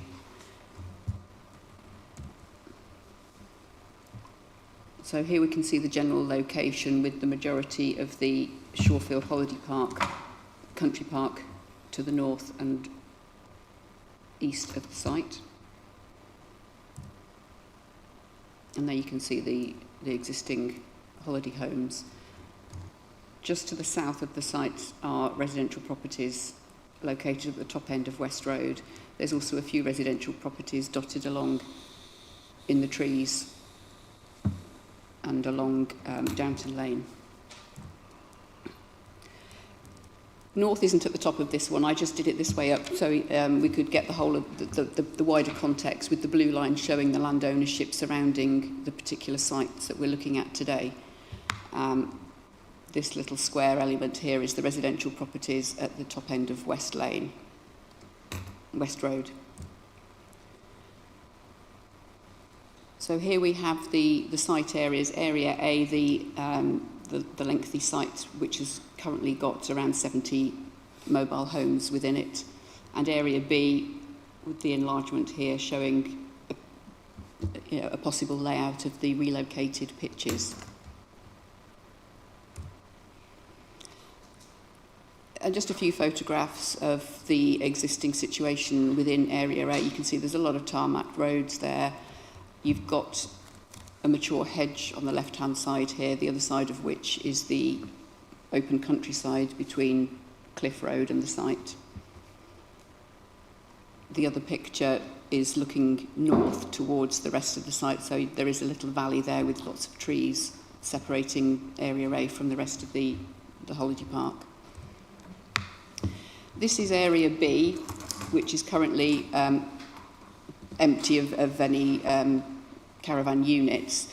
The first photograph here shows the boundary to the residential property, and you can see it's larger areas of hedging interspersed with fencing, and then a large garage building at the end of the garden. I understand that the drive to this garage is just behind this hedge as well. This photograph is taken from within Area A, looking towards the rear garden boundaries of those properties at the top end of West Road. This is the entrance into Area B. The properties at the top end of West Road will be off to the right of this photograph, and to the left of the photograph will be the adjoining property that we've just seen and a pedestrian access into the rest of the holiday park. And this is the same entrance looking from within Area A itself, looking towards the coast. So, southwestern boundary to the site here, the other side of this boundary hedge rather, characterised on this second photograph, is a field of corn which at the time of my visit last summer was way over my head. This is obviously the residential property that has its drive between the dwelling and the site. So moving to the recommendation, the proposal would not increase the number of pitches above those which could be lawfully implemented. The proposal would not have any greater impact on the greenbelt or countryside compared to the lawful use of the site. And approval is recommended with the condition requiring details of landscaping, which, given the fallback position, might otherwise not occur on this site. And that's the end of my presentation. Thank you. Thank you very much. Welcome back. Is it Mr. James Blake? You have 3 minutes to speak. Thank you. Good morning, members. My name is James Blake, and I'm speaking on behalf of the applicant, Shorefield Holidays, in support of the proposal before you. I would like to begin by addressing what appears to be the main concern raised by the Parish Council during consultation, which is the perceived loss of touring pitches. The origin of the touring pitches dates back to a 1964 planning permission which allowed for 84 caravan units with 15% identified for touring purposes, equating to around 12 touring pitches. However, whilst the permission was implemented, the touring pitches themselves were only in place until the early 1980s. Since then, they have only existed on paper for 4 decades. Their lawfulness was formally confirmed by the Council through a Certificate of Lawful Development issued in October 2024, which recognised the historic permission remains extant and would allow those touring pitches to be re-provided. However, the key point is that they have not been on site and have not been marketed as part of the operational offer of the park for over 4 decades. The application before you today simply seeks permission to change the touring pitches into static pitches alongside the relocation of 10 existing static caravans from elsewhere within the same planning unit. Importantly, that relocation has already been confirmed as lawful by a further Certificate of Lawful Development issued by the Council in February 2025. Therefore, even if this application were to be refused, the applicant could still lawfully implement 12 touring pitches within Area A and 10 relocated static caravans within Area B. The only difference between the fallback position and the proposal before you today is that the 12 pitches would be static rather than touring. As the officer report sets out, the proposal does not result in any greater planning impact than what can already occur under the lawful fallback position. In fact, determining the application positively will allow the Council to secure planning conditions for landscaping and ecological enhancements, as well as habitat mitigation and construction management, which would not apply to the fallback positions were they to be implemented. As a result, a grant of planning permission will provide an opportunity for planning betterment of the site by providing greater control and environmental enhancement. More broadly, Shorefield Country Park is an established tourism facility operating successfully for many years and supporting the local visitor economy. National planning policy encourages sustainable rural tourism where it respects the character of the countryside, which the officer report concludes that this proposal achieves. Importantly, the officer report also finds there would be no unacceptable impact on the greenbelt, no material harm to residential amenity, no highways concerns and no ecological matters that cannot be fully addressed through mitigation and biodiversity net gain. In planning terms, the proposal represents a modest, logical adjustment within the park, reflecting demand for how the site operates today. For these reasons, and for the reasons set out in the officer report, I respectfully ask that the committee please support the officer recommendation and grant planning permission. Thank you for your time. Thank you very much. Mr. Chris Ruston, objecting, you have 3 minutes. We're principally objecting to the relocation of the 10 on site B. We're the easternmost of the houses on the south side of that site. From an ecological point of view, Vivian's photos are somewhat wrong in that 2 years ago, or just prior to 2 years ago, it was a really nice common with thickets and gorse, etc. 2 years ago, Shorefield went in with their machine and raised it to turn into that. So they took out a massive amount of habitat. The house that you can see there, they've actually got bats in their roof that constantly fly across their area to our gardens. And we're very concerned, A, that it's all going to be hard standing and tarmac, and it's absolutely going to ruin the habitat, and there's no way that they can increase that. If you look at what they did in Jubilee Gardens, it is all grass, tarmac and hard standing. And our biggest objection is really that they're packing them in too tight. You've got the light pollution, you've got the noise pollution, and it's just going to wreck the habitat. That's my say on that. Oh, and one final thing. Where the gateway is at the western end, they want to straighten that line, which would then mean there's no turning facilities for ambulances, fire engines, or the bin men, which have to service the house that you see in that photo.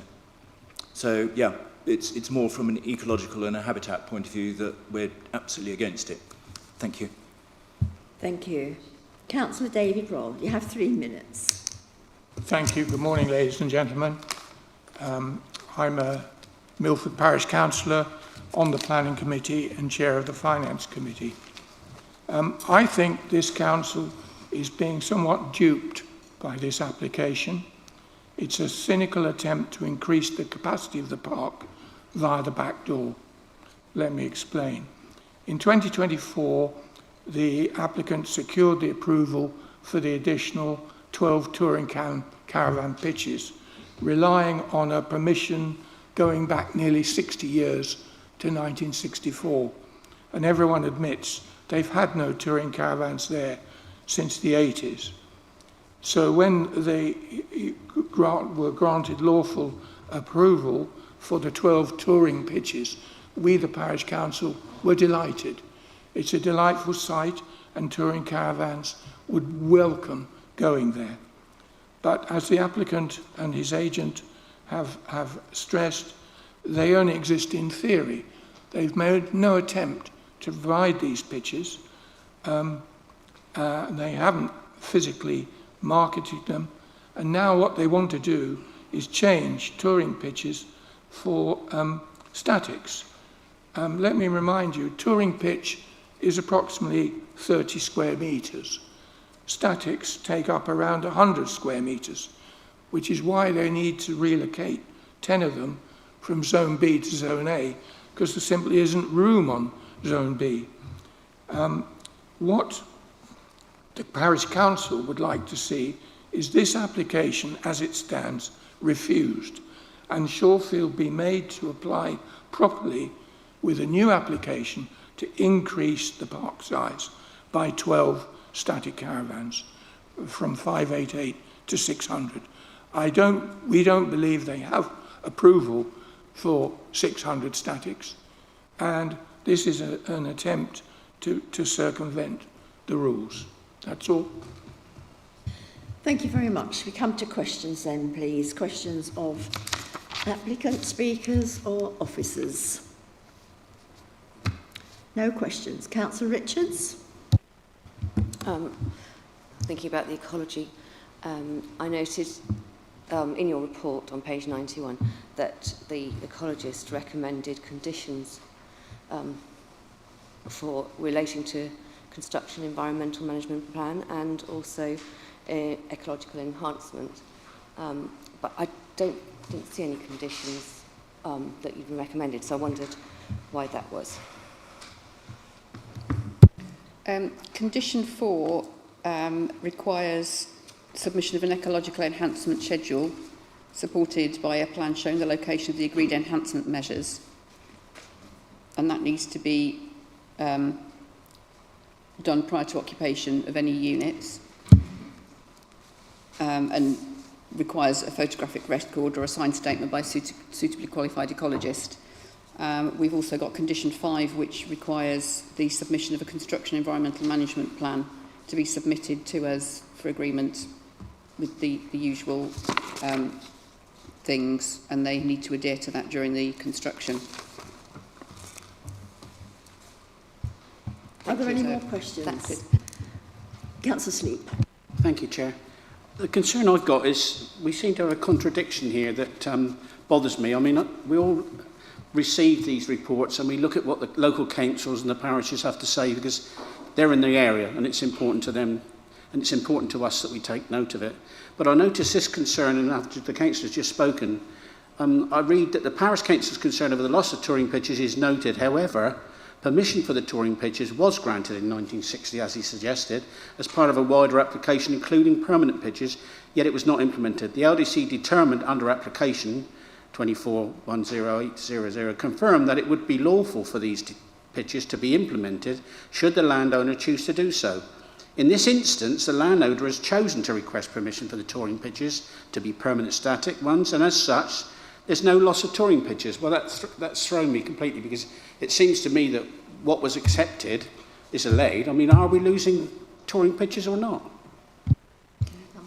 There are no touring pitches on site at the moment. The information that's come to light this week is that the 1964 permission was for, I think the description was something quite basic like a campsite or camping pitches or something like that, and that included permanent caravans, and there was a condition allowing up to 15% to be touring pitches. I now understand that those 15% touring pitches were implemented at that time, but the administration of the site removed them in the 1980s. Having spoken to legal, I understand that those touring pitches could be implemented at any time in the future, as the Lawful Development Certificate states. However, the applicant would rather put them in, the numbers in, as statics rather than touring pitches. I have read somewhere also that the sister site to this, Lytton Law, on the other side of Milford, has quite a substantial amount of touring pitches available.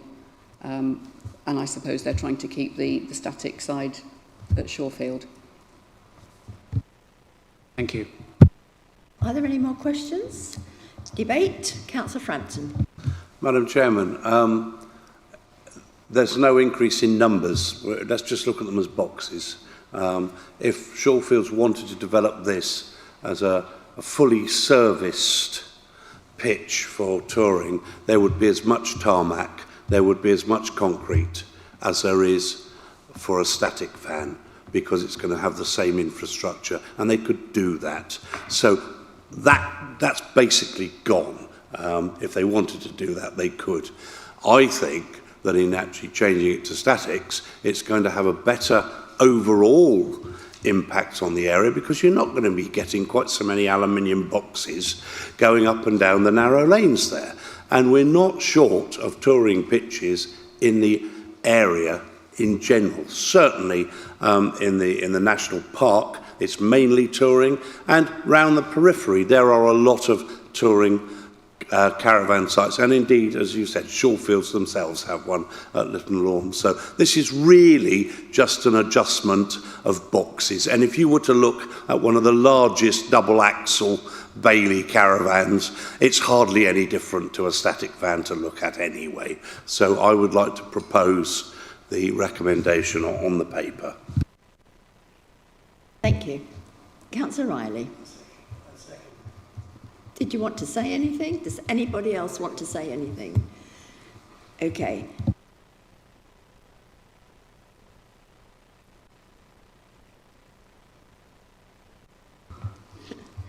The recommendation is to grant that's been proposed by Councillor Frampton and seconded by Councillor Riley, but we'll come back to the speakers. You have 1 minute to respond. So if I go to you first again. Nothing from me, thank you. Okay, 1 minute to respond. I would just like to say, if you are going to allow that, the 10 on that site, that they really need to take, or you need to ask them to take a huge amount of interest in ecological side, as I say, particularly with the light pollution for the bats, and they certainly from Jubilee Park, Jubilee Gardens, they kicked a load of adders out of there as well, and we've got exactly the same problem there. So I think there needs to be a very strong recommendation that they actually make it a lot more attractive to wildlife than they did with Jubilee Gardens. Thank you. Yeah.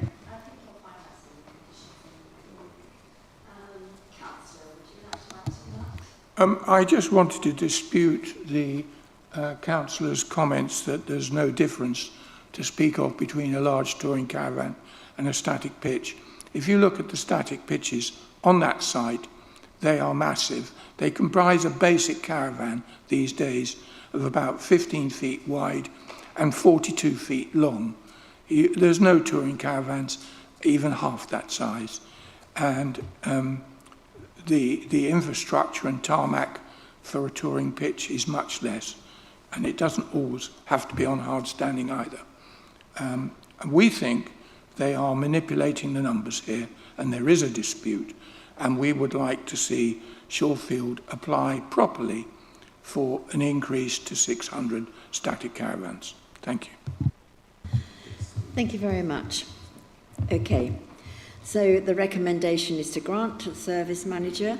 That's been proposed by Councillor Frampton and seconded by Councillor Riley. Can we please go to the vote?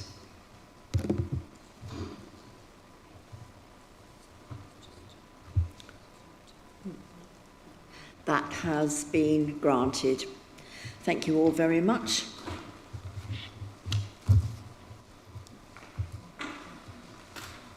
Okay. Members, before we move on to the next, you want a break? Yeah. Can you be back in the chamber by 10 to 5 to? All right. 10 to then. Compromise. 1:45. Can you be back in the chamber by 1:45? Thank you. Gives you 10 minutes.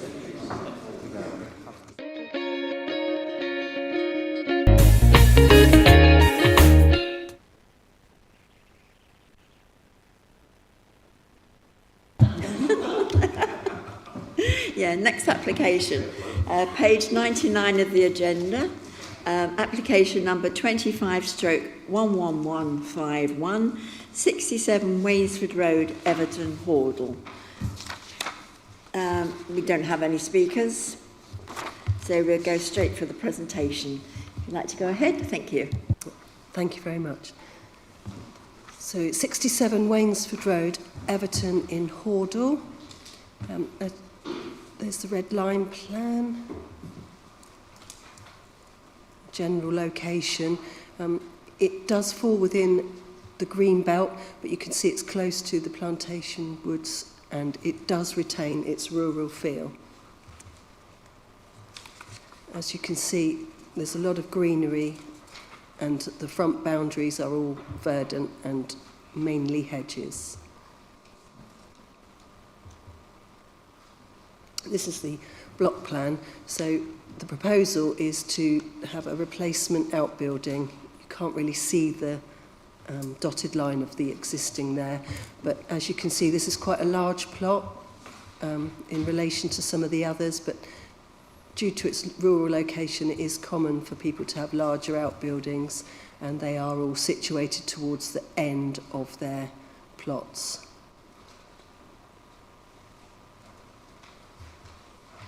This is the proposal outbuilding. It's relatively modest and relatively low. It's 3.7, so you will see the roof, but that does pitch away from the boundaries. And the main of the windows are facing the host dwelling. This is the floor plan, so they want a garden room and a gym and a small shower room.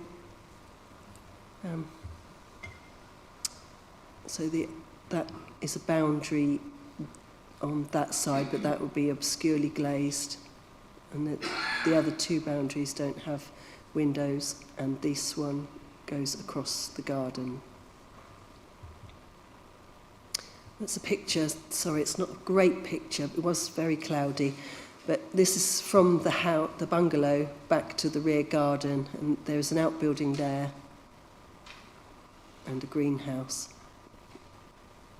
And you can see that due to the verdant nature, there are shrubs and trees all around.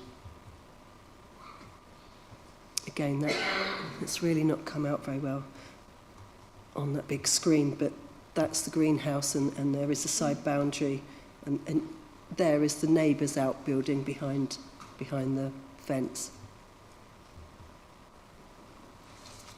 This is in the corner, so this is where the outbuilding's going to go. That is an outbuilding that's there currently, and then you can see the property with windows looking towards the host garden.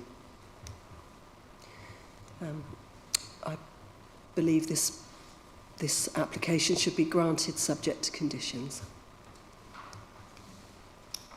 Thank you very much. Members, do you have any questions? Councillor Frampton. Now, why isn't this covered by permitted development rights? It's slightly too high because it's within 1 metre of the boundary.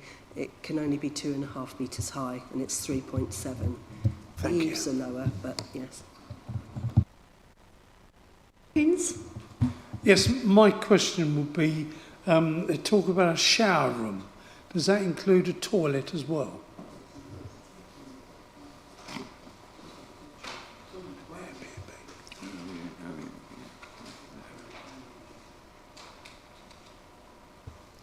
Yes, it's got a toilet, sink and a shower.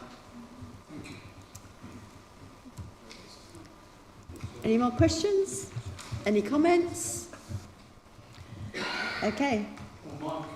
Sorry, my comment would be it is getting ready for Airbnb.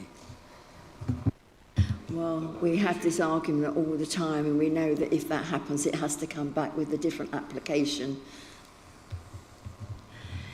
Okay, so in that case, we need to go to the vote, which is recommendation. So to grant, does anybody want to propose that?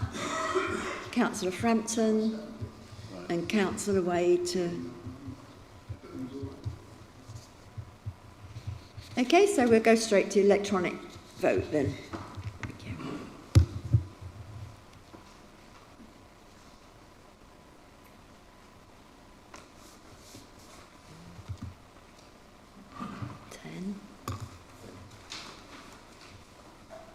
One more.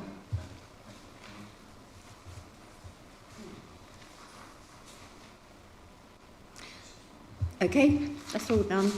That has been granted. Thank you very much.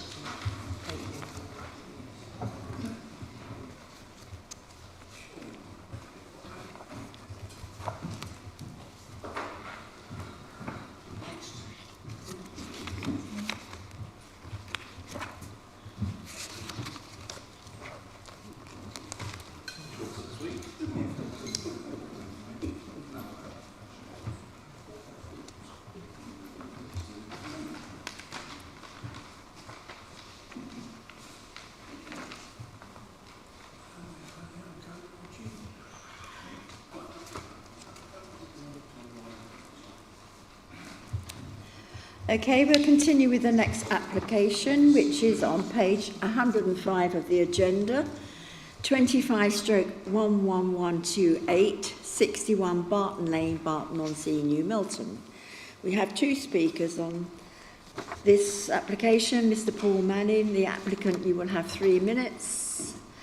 Mr. Rob Maynard, New Milton Town Councillor, will also have 3 minutes. So first of all, we'll go to the presentation. Thank you. Good morning, thank you very much. So this is a presentation for 61 Barton Lane, Barton-on-Sea. The proposal is for roof alterations in association with the new first floor, partial demolition of existing structure, front and rear single-storey extension, side dormer and roof lights. It's come forward to committee because there's a contra-view with the New Milton Town Council, and the recommendation is to refuse. So this is the red line plan. As you can see, it's a reasonable sized plot. The dwelling is set back in line with other properties within the row. And this is the general location plan. The site's in the built-up area of Barton-on-Sea. Barton Lane is an older road or older lane in Barton-on-Sea. There is, as you can see, different positions of properties. This group here have a reasonable size rear gardens. Then further south they get a little bit smaller. On the opposite side of the road there's quite a different feel to the road because the properties are closer to the front boundary. And this is an aerial shot. This is the property obviously outlined in red. As you can see, it's a hipped roof bungalow, and you can see that the properties immediately in context of the site all have recessive roof lines at the front. Also, I'd just like to point out the bungalows in Western Avenue that back onto the site have much more modest gardens. And so this is the location plan. Again, you can see the dwelling, you can see how it sort of follows the alignment of the road and good generous setback from the road. And then you can see the properties in Western Avenue and obviously the different context on the opposite side of the road. This is the block plan. The actual increase to the footprint is very modest. They're going just a little bit further out at the back and also out at the front with single-storey additions.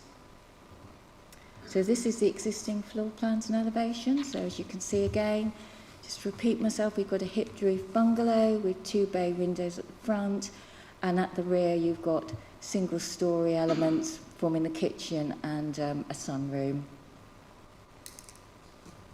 And the proposal is to go up a metre in height, introduce a gable to the front and rear elevation, and have 2 subservient gables to the front, and also replace the rear extensions or the rear existing structures with a consolidated single-storey addition. The actual principle of the development on the site, there's not an issue with. The footprint is not a great increase, so that's can be well accommodated within the plot. And even slightly coming further forward with the 2 subservient gables isn't in itself an issue. The concerns with this application are the loss of the recessive roof line to the front, the increase in height, and the bulky side dormer. As you can see, the side dormer sits on the wall plate of the side wall. I think that's how you describe it. So here are some photographs. I have annotated the building. I've directed it to you with the big red arrow. You'll see it in a couple of photos. So this is it, set back, and this is the rear elevation, so you can see the existing single-storey addition elements to the rear. Now this is, sorry, I do apologise. I've annotated this incorrectly, this slide, because it's 17 Western Avenue. So these properties have quite modest rear gardens. So this is a photograph taken looking back towards the property.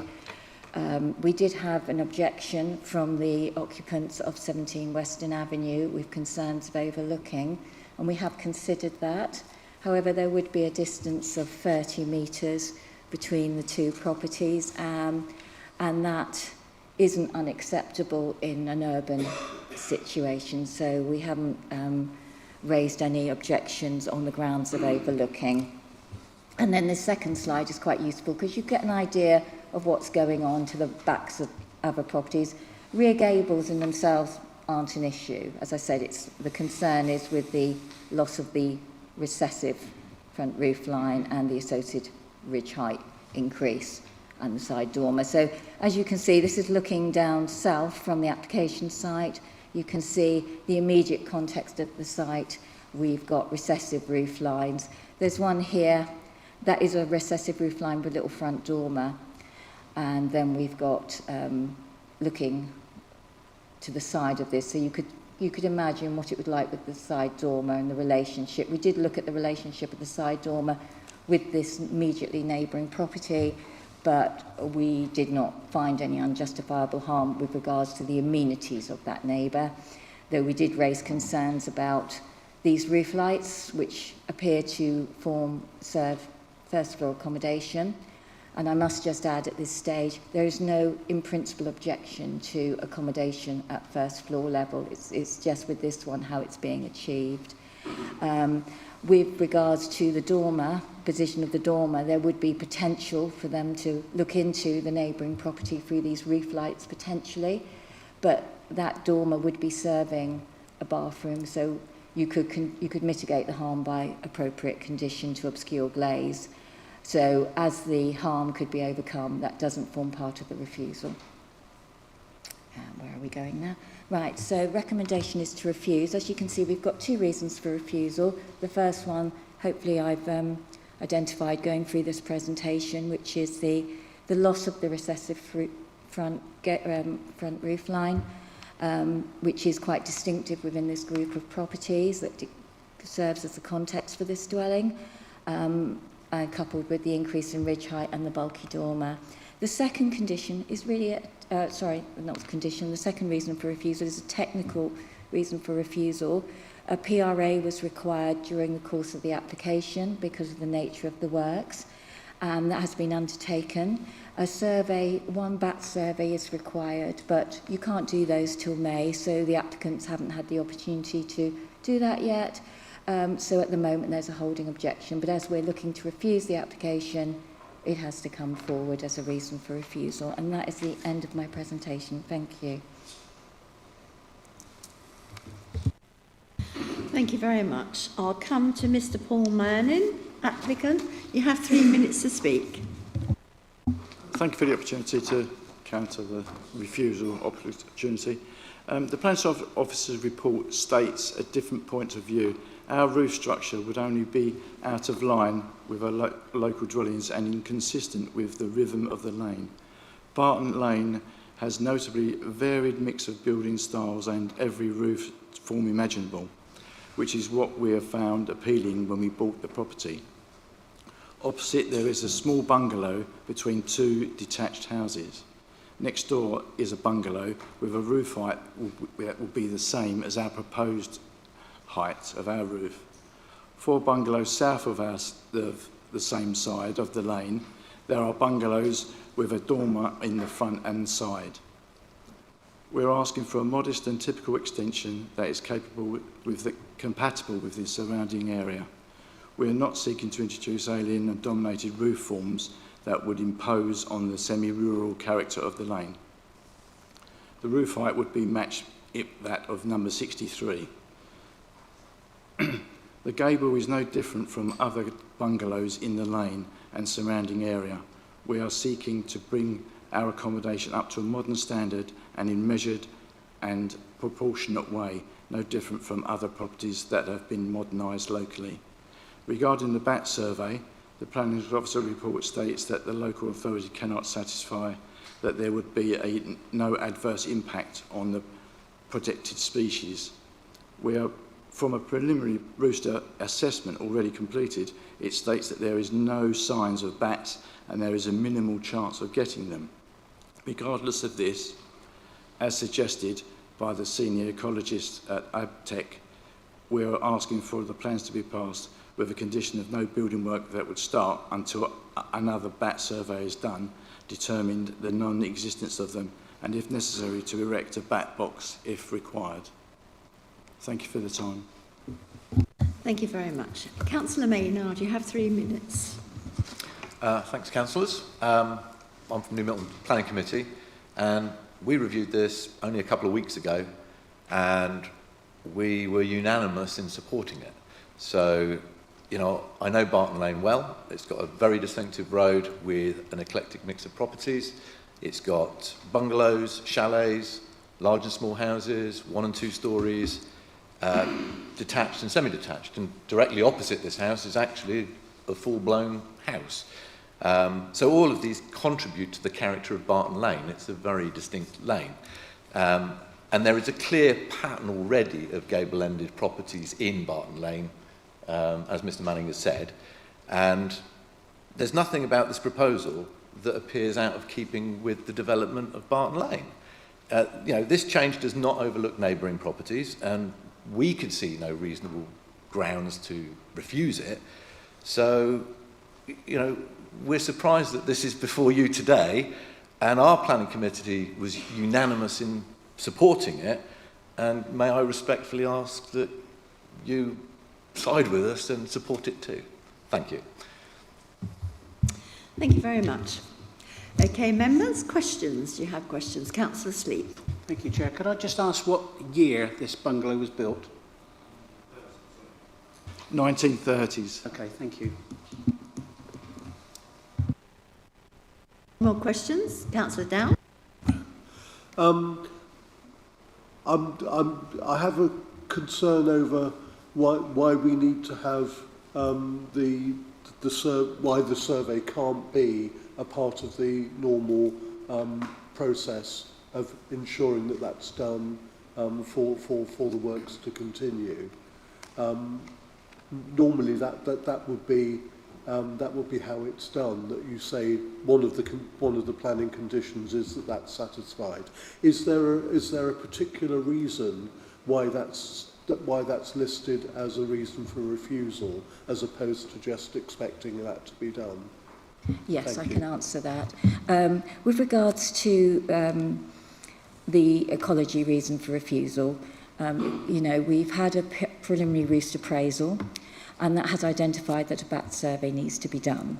However, as we had other concerns with the application, it seemed unreasonable just to say, we'll get a survey done, yeah, that's fine, but we're still going to refuse it. So we have it sort of more of a technical one that could, if you were minded to approve the application, which obviously is within your gift, we would have to, I would think, and I'll defer to Mr. Wyatt, in that it's not something that we can condition. You have to have the survey done first. So it would probably mean there would have to be a delay to the consent being granted, because you have to be able to consider the implications of the survey results. So you can't approve it and then say get the survey done. The surveys have to be done before the consent can be granted. But as we were looking to refuse it on design grounds, we've gone ahead with the refusal. And as we haven't got the results of the survey, therefore the ecology reason for refusal is also in there. So I hope that explains that for you. Thank you. Are there any more questions? I have a second question. Okay. Thank you.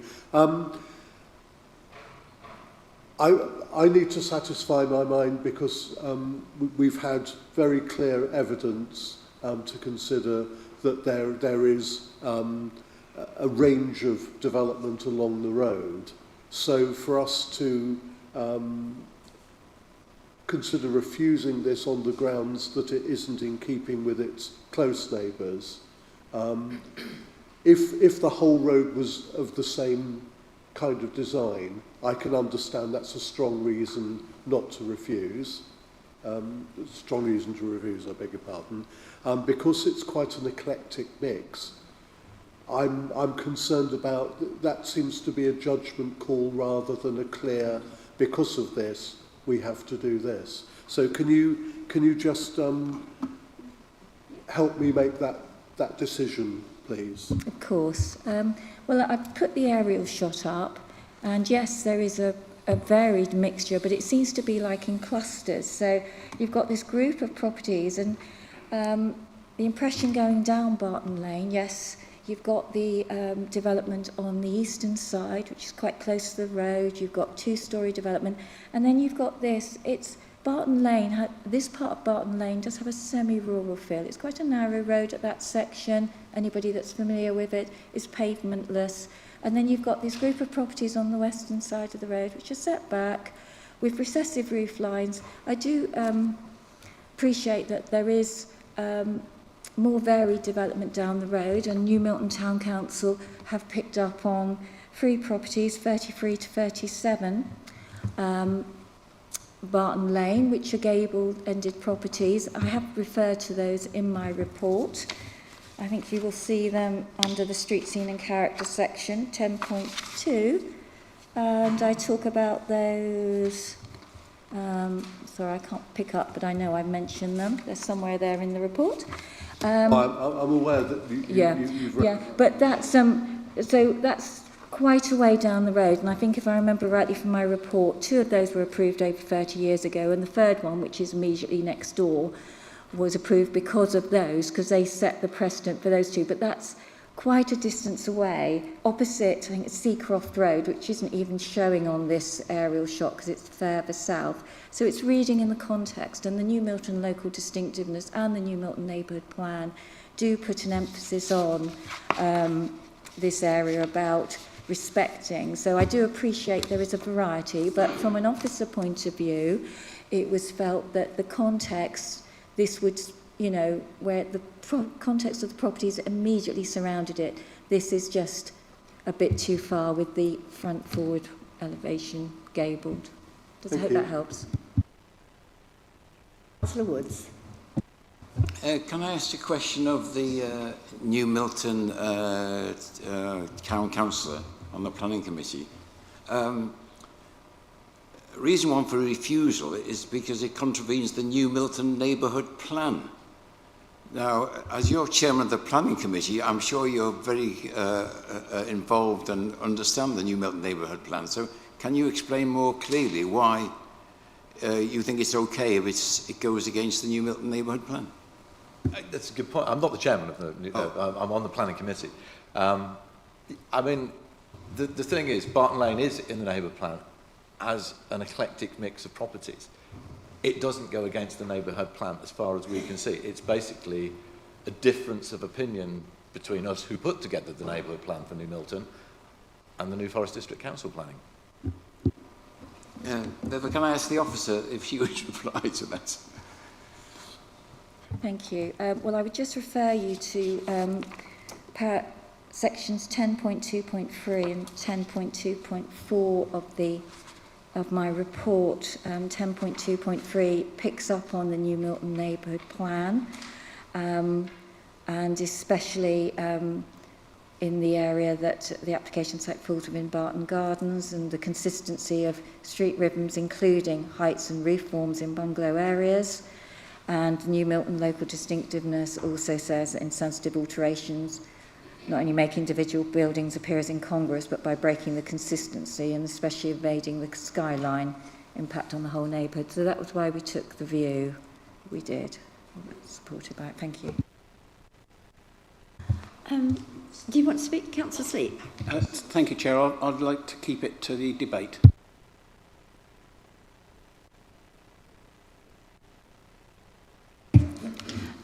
No more questions. We'll have debate. Councillor Sleep. Yes, thank you, Chair. These bungalow developments, traditionally, well, I'm going back to the same old story. We've had it so many times here. When in younger generations, I was always understood that bungalow estates were built for people to retire to from 3 or 4 bedroom houses as they downsize. But in our lifetime, we've realised the bungalows actually end up costing more than the houses that people are vacating, so it was a waste of time. But what we are left with is a society that are looking at bungalow layouts with good footprint size to develop into a 2-storey property. And I can see nothing wrong with that at all. And we've already passed plans at Totton with gable-ended bungalow extensions. The only thing on this one which annoys me a bit is the dormer window on it, because we don't, we've seen them on all these bungalow estates and they look absolutely awful stuck on the top. And this is possibly because the pitch is not 45 degrees, so you get a metre higher and you might need that extra walking space up there. But for me, that development is exactly what I would expect as we go on in the future. The bungalows are all going to get converted to 2-storey. It's just logical on a big footprint of land that you could do that, and people are going to carry on doing that. So I don't see any change in that. Regarding the bat situation, I do know from a family in Totton that had this virtual development apart from the dormer, that it cost a fortune to get the bat survey done, so good luck on that. But we'll see how that works out for you. I've got to do it twice. I've already paid for nearly a fair bit of money already. Okay, but actually, I'm happy that we accept this. It's just going to be as it was in this other estate. The other one that we approved at Totton was the first in that estate of bungalows, but the others all had this stuck-on dormer window on the top. This, to me, was a much better design. The only thing was they had Velux windows on the side rather than, so the overlooking situation wasn't the same, but I'm happy to approve this as it stands. Councillor Woods, Councillor Hawkins. Yes, it's near the limit, these roofs, because there is a limit to how many bungalows go up and up and up. But I can't see that it's going to outstand and be a refusal. I think it's just about right. Councillor Wood. My dilemma is, I agree with what Councillor Sleep has said, but my dilemma is how many times in this chamber have we complained that the planning committee have disregarded the neighbourhood plan? And the first time they do take the neighbourhood plan into account, you all start saying that we should disregard the neighbourhood plan. So can we have some consistency here, please? Democracy. Councillor Dow. Yes, I think there's all sorts of considerations here. We have design codes and we have neighbourhood plans to try and keep a consistency within areas. But of course, over time, there have been developments before that sort of consideration was part of the process, which complicate things. So it is I think it is a balanced decision, and it's whether or not we feel that the immediate area is distinct enough to be able to be considered as such. So I think in most sort of suburban areas there are going to be these considerations of degree, whether it is distinct enough. This is a tricky one, because I can see the reason, and I think from what Councillor Woods is saying, you know, if we are struggling to balance this, we have to go back to the documentation, we have to go back to the plan and say, well, why do we have that in the plan? It is to try and preserve some uniformity, some consistency in our planning decisions. Thank you, Chair. Councillor Frampton. Thank you, Madam Chairman. I would just like to quote ENV3. I know it's my favourite. 1. Create buildings, streets and spaces which are sympathetic to the environment and their context in terms of layout, landscape, scale, height, appearance and density, and in relationship to adjoining buildings, spaces and landscape features. Avoid unacceptable effects by reason of visual intrusion, overbearing impact, overlooking, shading, noise and light pollution, or other adverse impacts on local character and residential amenity. Those are the rules that we are applying, and we need to be mindful of them. The officer is mindful of them. This is a subjective view. If you think that it is not unsympathetic, and you think that it's not overbearing and by bulk and scale and having an adverse effect on the neighbour, then yeah, go for it. I would personally stick with the NV3 as it is written and go with the officer's recommendation, and I will so propose, Madam Chair.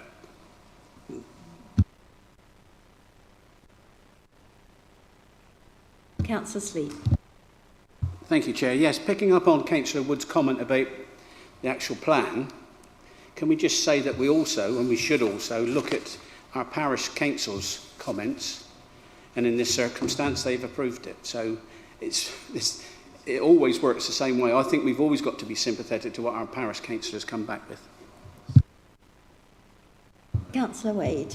Thank you, Chairman. Yeah, it is a value judgment, isn't it? And our officers have made a value judgment based on knowledge and experience.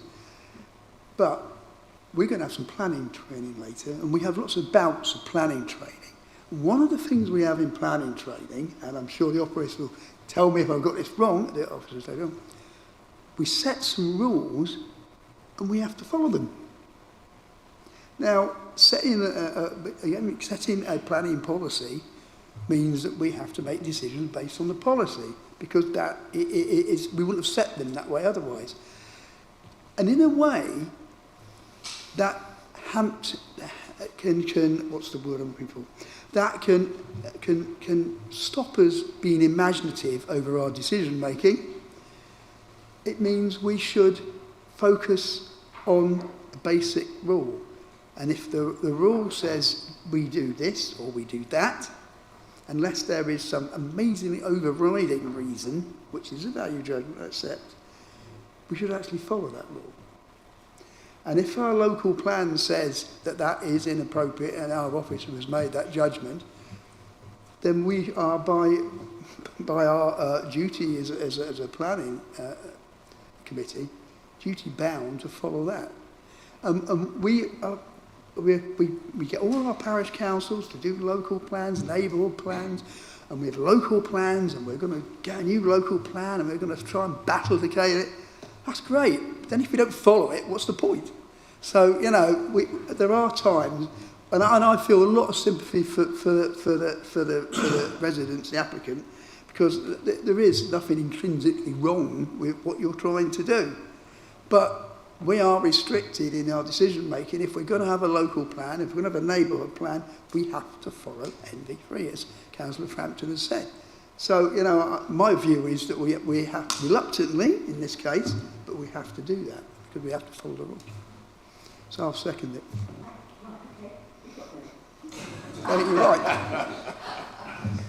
Councillor Richards. Yes, I mean, I don't have any problem with the idea of going up a floor into the roof space, and as has been shown, there's quite a variety of different ways of doing this being seen along the road. But the other ones, I would say, from my personal point of view, are a more attractive design, and I don't particularly find that proposed design so attractive, particularly because of that bulky dormer on the side there. So my inclination would be to refuse also. Does anybody else have anything to say? Right, so we have a recommendation to refuse, and that's been proposed by Councillor Frampton and seconded by Councillor Wade. Before we go to the vote, we'll come back to the applicant. You have 1 minute to respond. Thank you. Regarding that bulky dormer that you all refer to, it's only for a bathroom, and if you don't have that on the roof, you won't be able to have a shower or anything or that upstairs. That's the rationale for having it on that side, and it's facing with the glass is misty glass, so you won't be able to use it as a viewing tool or anything like that. That's the only rationale for it, and the roof height is exactly the same as number 63. Thank you. Councillor, you have 1 minute. Yeah, going back to the plan, 61 Barton Lane is surrounded by a real eclectic mix of properties, as I've already said, and the local plan, refers to that identity of Barton Lane. It's part of what makes it is, and I believe that on file there is a letter of support from a neighbour that actually believes that this development will actually add value as well, and that was also the feeling of the New Milton Town Council Planning Committee when we reviewed it. Thank you. Thank you all very much. We'll go to the vote. So recommendation is to refuse, proposed by Councillor Frampton, seconded by Councillor Wade. Can you please go to the electronic vote?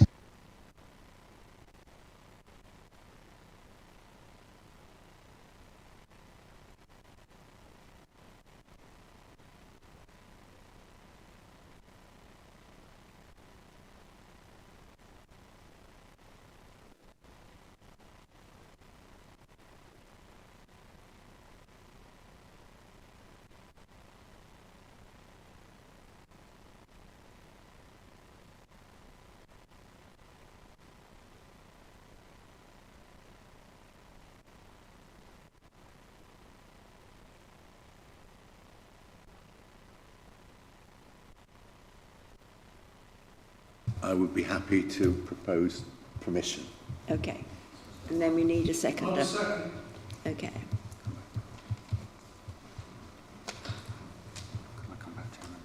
Okay. So we now will go to a second vote.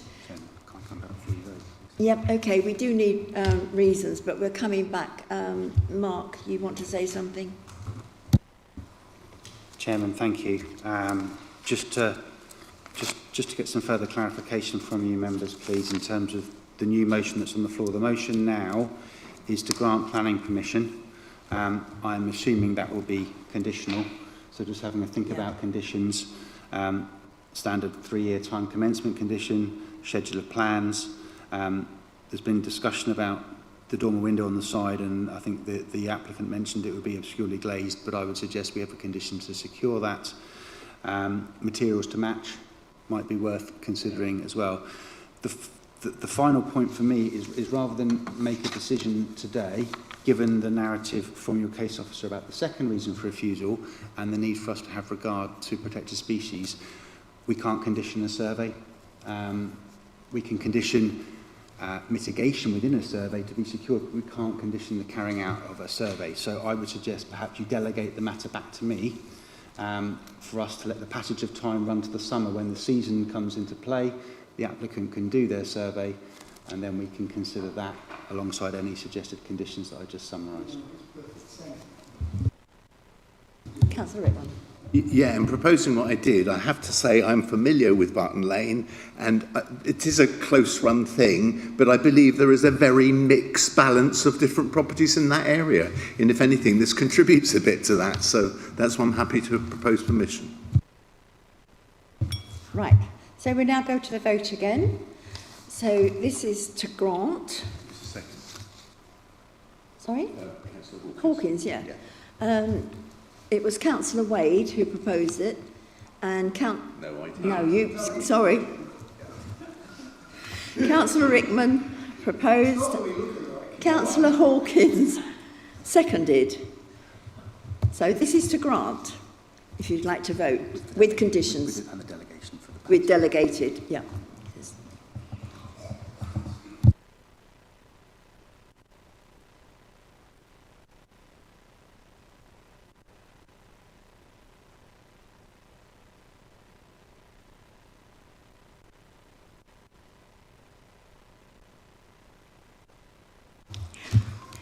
Okay.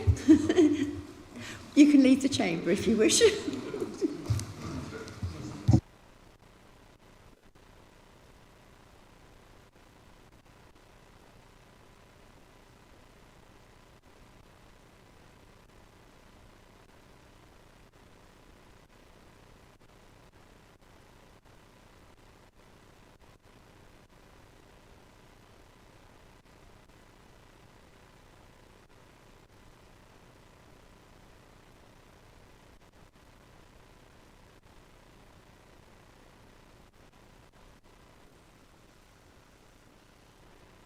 We'll now move to councillors, please. We'll now move to the next application on page 113 of the agenda. 25/10215 Beach Hut 315 at Hordle Cliff. And we have one speaker, Councillor Roll. You will be able to have 3 minutes after we've seen the presentation. Thank you. Thank you. Right, me again. So good morning again. So we've got Beach Hut 315 at Hordle Cliff. The application proposal is a replacement decking with balustrade and steps. The recommendation is to approve. The reason it's come forward to committee today is as a contra review with Milford-on-Sea Parish Council. So this is the red line plan. So you've got the beach hut outlined there, and this is a general location. Anybody familiar with the coast will know the beach huts are a feature of our coastline, and here we go, this is the aerial photograph. So it's in the front tier, so it's facing the beach. There's a mixture of huts along there, all different colours. Some have decking, some don't, and they have different sort of, some have enclosures to the sides of the decking, some don't. So again, the block plan. Now this is entitled Original Beach Hut and Decking, and it's important just to make this point. So the beach hut in itself is fine.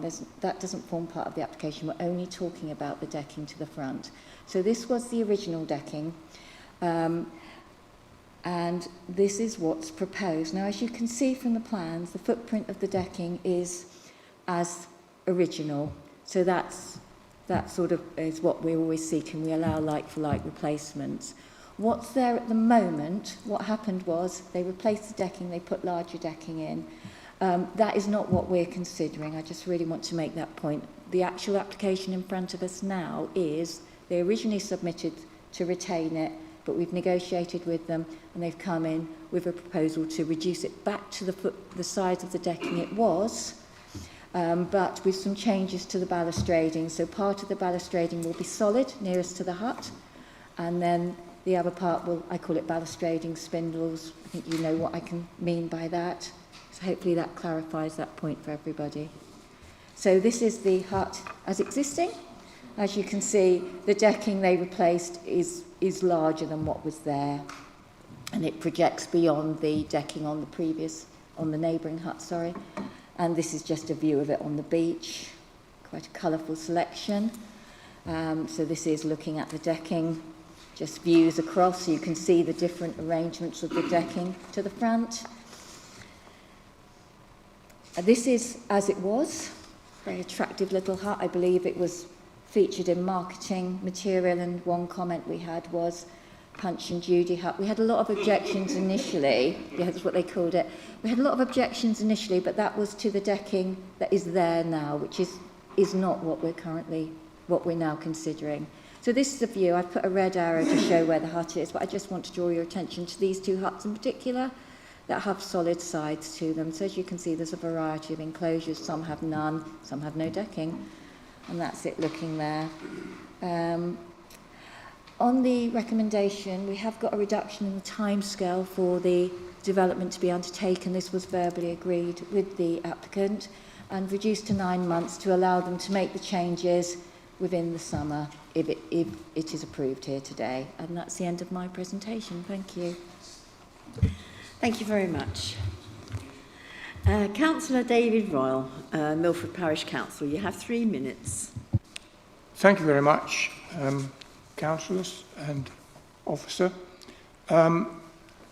We have to bear in mind that this is already in place without any permission, and what we're talking about is getting it reduced back down to something like it was. You haven't shown photographs close up of the neighbouring huts, but you said that several huts down there have got solid balustrades. There are none in the area with solid balustrades. They've all got no balustrades or spindles, and one objector has posted dozens of photographs on the website which clearly show how these solid sides obstruct the view. And that is what our council is concerned with, the lack of view that this construction creates. They've put in the plan that you showed, but it's not dimensioned. We would expect spindles to be no more than about 2 inches, 5 centimetres wide, and the gaps to be at least a foot, 30 centimetres apart, a bit like the original Punch and Judy hut. The drawing that's been submitted is a terrible drawing, and I'm surprised you haven't challenged it for more detail. And our view is that this application should be refused as it stands, or suspended while you get proper specifications. How wide are the spindles? How big are the gaps? Are you going to allow the neighbouring huts to have a view past this obstruction? And we think that if you grant permission now, you set a dangerous precedent for other hut owners to modify without permission, as these people have done, realising that enforcement is most unlikely. Thank you. Thank you very much. Members, questions, please. Nobody has any questions. Councillor Sleep. Thank you, Chair. Can I just ask, have any of the neighbours actually protested about it? Is it on file that they've actually complained? Yes. Thank you.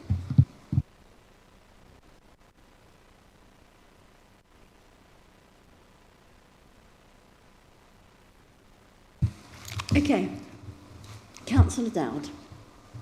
Yes, I'm just considering EMV3, where it says protection of views is not a consideration. So if one of the objections is that having solid sides is affecting people's view amenity, are we allowed to take that as a consideration, or should we disregard that as not appropriate for EMV3?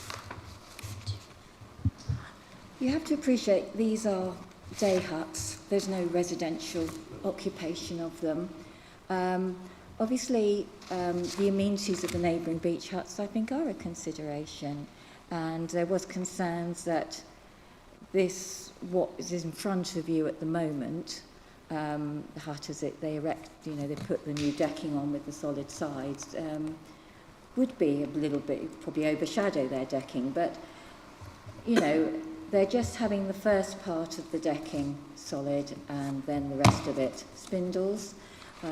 But the thing is, it's only if you're, I would think, personally, if you're sitting on here, you're not going to be looking across, but you are, you know, there's nothing in front of that hut, it's just the sea. So the wider landscape you are going to be able to appreciate. It's only if you're sitting down on that hut next to that closest part, which is solid. And as we saw, there are other examples, limited, but that's part of the characterfulness of the beach hut scene, is that there's quite a bit of variety. As you can see, we've got some with canopies over, etc. So does that help you with your answer? Somewhat.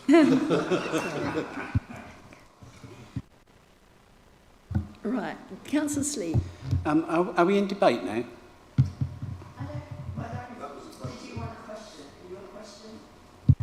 Yes. Can you clarify this question about how big the spindles are going to be and how far apart? Because you said the diagram itself was not very helpful with the detail of that.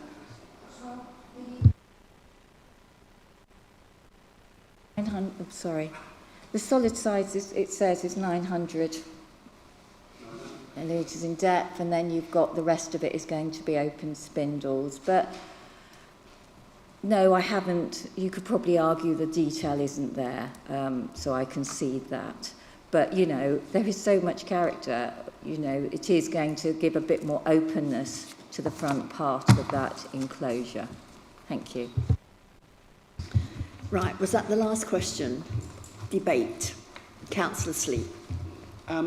Experience with these beach huts, when you're actually sat there in a deck chair below that screen, I would say the reason the screen's there, when you've got the crosswinds off these beach huts, it nearly blows you backwards off the seat as if you left the door open. So I can understand why they've done it, but if I was next door, I'd be really fed up that my view left or right along the beach was cut off by a solid screen like that. And the thing I don't understand is, even if they wanted to put spindles there, you can easily put canvas screens up like you do on the beach if you're actually on the gravel yourself. I don't understand why that's been put in, and that's the only objection I'd have to it. It's no consideration for the neighbours, but permanently windbreak. I think the view's towards the sea, though, isn't it? You're looking at the sea, you're not looking... Anyway. Councillor Frampton. Madam Chair, we've been looking at what's up there now. That's not what we're approving. The solid bit's only 900, and I think it was 1950 is going to be the full length. So most of it's going to be open spindle. As you say, you're looking out at the sea. You're not going to look over what your neighbour's doing. There's nothing wrong with that. Absolutely. With what's been amended, I propose the paper that we actually give approval.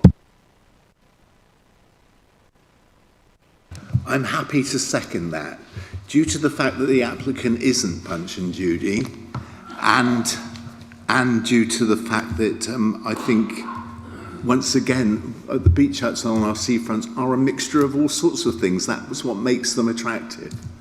And thirdly, I hope we don't need a separate committee for beach huts in the future. Otherwise,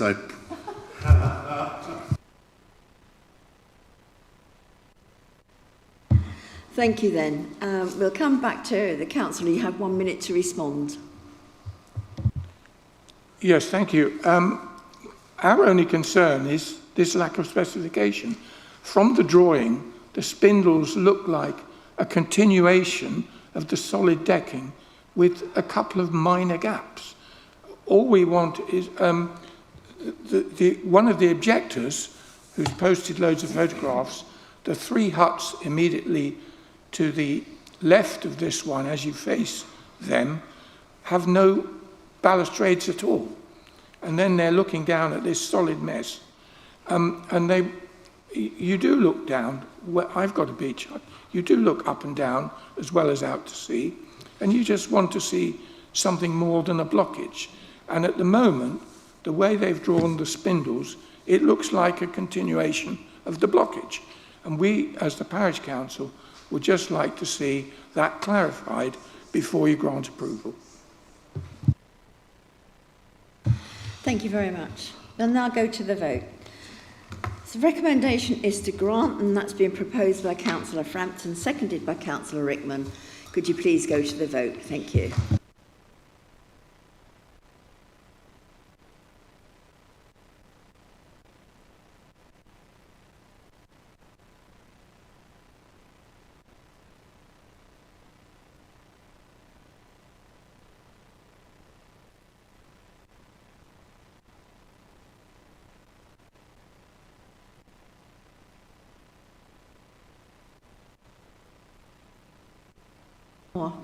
No, we've got it. Okay, fine. So that's been granted.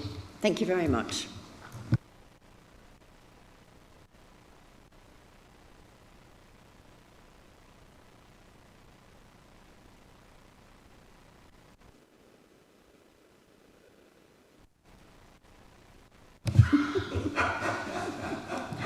Now, I haven't got a voice like Frampton.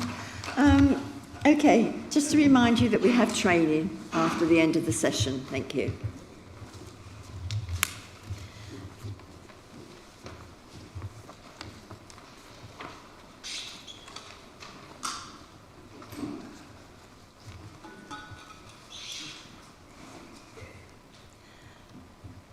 Right, okay. Next application is on page 121 of the agenda. That's 25/11153 Forest Farm, Barnes Lane. We have speakers, we have a statement to be read on behalf of the applicant. We have Councillor Frank Carpenter, who will be sharing 3 minutes with Councillor David Royal. So first of all, we'll go to the presentation. Thank you. Thank you, Chair. This application is a retrospective application for the change of use of the land for storage purposes for open storage, shipping containers and vehicles at Forest Farm, Barnes Lane and Milford, which is in the countryside and the South West Hampshire Greenbelt. This is a red line plan. The Council previously refused a similar retrospective application in August 2025 on this site for a change of use of the land for storage, including shipping containers and vehicles, as is proposed in this current application, but this current application has a slightly smaller red line boundary.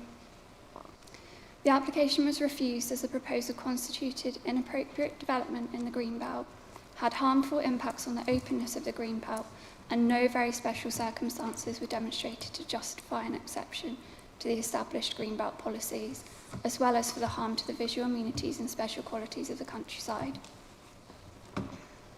This is the location plan showing the site and its surrounding fields. The site is located off Barnes Lane and to the north of the settlement of Milford, but outside of the built-up area and within the countryside and Greenbelt. Development within the Greenbelt is inappropriate by definition unless it meets the very specific exception criteria set out in the NPPF. In this case, officers are of the view that the proposal does not meet any of these criteria.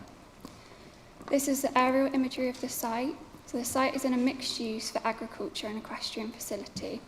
The officer report sets out the planning history of the site, which has evolved over time, but the majority of these containers were placed on the land at some point between 2022 and 2024, with a significant intensification of the land during this time.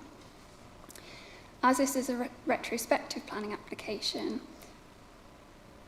the 30 storage containers and the large number of commercial vehicles in this area and the remainder of the site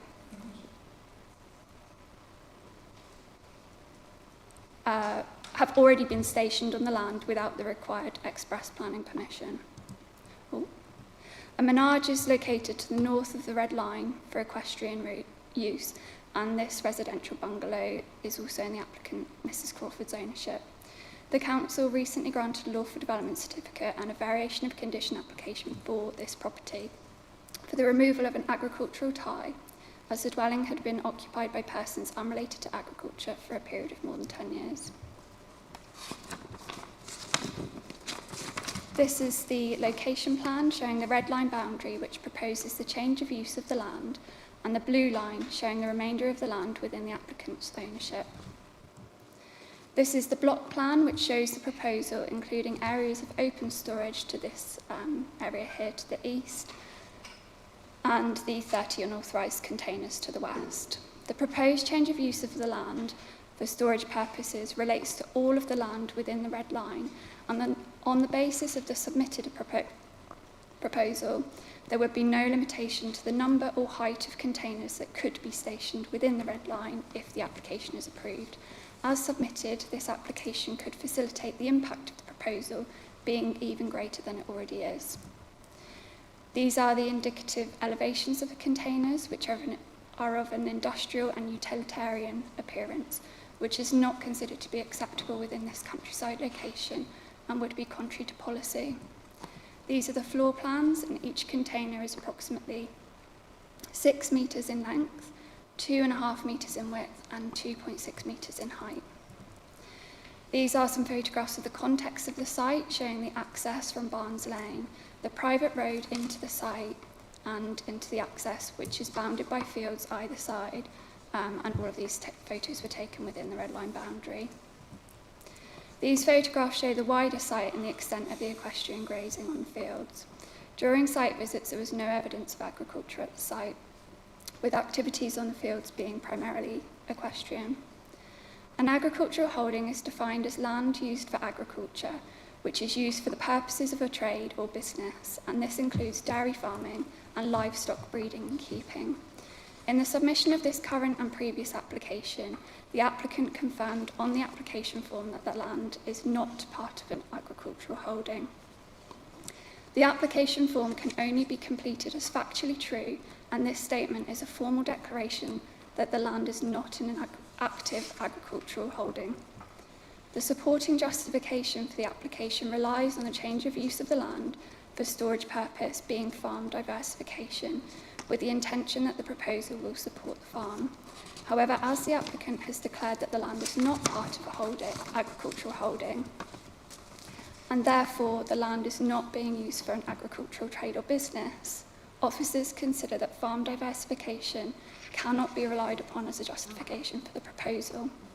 However, in any case, farm diversification needs to be compatible with the countryside, which this proposal is not.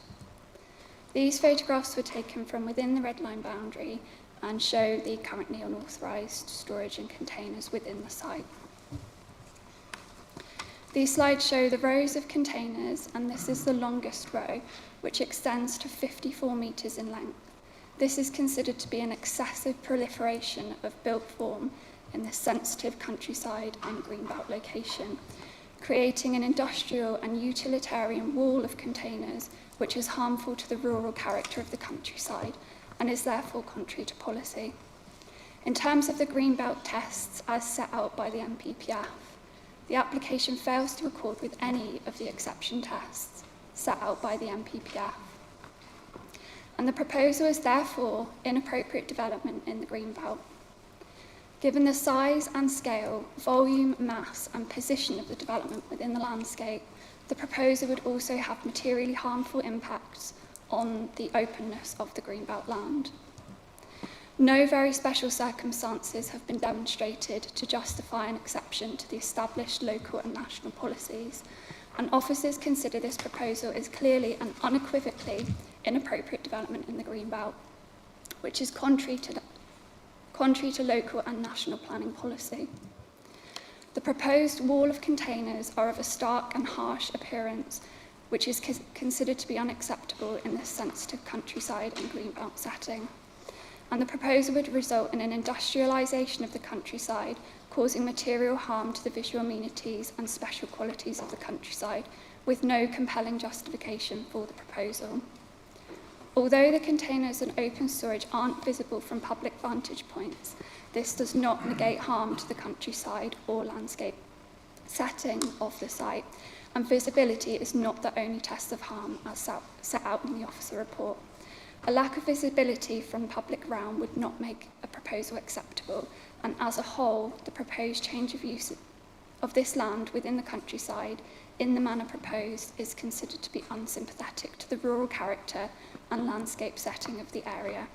and would harmfully erode the rural character and appearance of the area, which is contrary to policy. The recommendation is one of refusal, as the proposal constitutes inappropriate development which has harmful impacts on the openness of the Greenbelt, and no very special circumstances have been demonstrated to justify an exception to the established Greenbelt policies. The stark and harsh appearance of the proposal and the proliferation of built form, coupled with the excessive length of storage containers on the site, would result in an intrusive and discordant form of commercial development that would be harmful to the visual amenities and special qualities of the countryside, eroding the rural character of the location and its landscape character, and there is no demonstrable unmet need for the proposal. Officers do sympathise with the personal circumstances of the applicant, but personal circumstances are not material planning consideration, and in any case, a planning permission runs with the land and not with the owners. The application should not, therefore, be determined on the basis of an individual's personal circumstances. The proposal would therefore be contrary to the provisions of policies EMB2, EMB3, EMB4, STR1, STR3, STR4, DM22, Saved Policy CS21, and chapters 12 and 13 of the MPPF. That's the end of my presentation. Thank you. Thank you very much. As I said, we have a statement to be read, which will be for 1.5 minutes, and the following 1.5 minutes, Councillor Frank Carpenter, you will have. Councillor David Royal, you will have the 3 minutes. So we'll go for the statement first to be read. Thank you. Thank you. This is a statement read out on behalf of Mrs. Sue Crawford, the applicant, and her partner, Mr. M. Fairman, and their agent. This is a farm unit. It is a working, albeit diversified farm, and the storage is all part of seeking to keep the holding viable for the future. It is not held under any agricultural tenancy. It is owner-occupied. This latest application sought to address concerns of the officer after the previous application, which included the preparation of a landscape and visual impact assessment and business information which was supplied as part of the application. Every effort has been made to try and work positively with the local planning authority regarding the storage uses on the site, and we have engaged at pre-application and planning application stage. However, we have not had the opportunity to meet the officer on site. The professional opinion of the qualified landscape architect is that the development of 30 storage containers as proposed would not result in an intrusive or unacceptable form of commercial development in the countryside and Greenbelt. The scheme has been reduced from the previous application, moving the containers to all be against the existing buildings or hedge. This was to ensure that what is valued in terms of the site setting, context and character Greenbelt was retained, therefore meeting NPPF policy. Effects on the landscape character would be so minimal as to not be perceivable, and the containers will not compromise or impact on the overall perception of openness. Appropriate planning conditions are welcomed and could suitably address and restrict the number of storage containers and provide for any additional planting the council deem necessary. The red line allows for the siting of the containers, access, parking and turning, and includes all the land which is required to get to the public highway as required by validation, but it is noted that the proposal seeks to retain the facilities that are on the site and to keep the holding as a viable unit, not to expand beyond what is there. Thank you. Thank you. Councillor Carpenter, 1.5 minutes. Thank you, Chairman and members. Good morning, and I hope you had a chance to read the applicant's own email to you sent Friday. I fully recognise the importance of Greenbelt policy and the need to protect the countryside, but I ask you to look carefully at the actual facts of this case. These containers are on existing hard standing within an established farm complex. They are centrally sited, screened by buildings and vegetation, and they are not visible from the public realm. The only vehicles on site now are the farmers. There have been no objections from statutory consultees, no highway objection, no objection from neighbouring residents, and the parish council has recommended approval. So I ask members to consider whether the level of harm identified truly justifies refusal. This is not housing, and it does not spread development into open countryside. It is a modest storage unit use, helping a much-loved local farm continue operating. Members are entitled to take a balanced and proportionate view of the site as it actually exists. So I respectfully ask members to feel able to support this local farmer. Thank you very much. Sorry.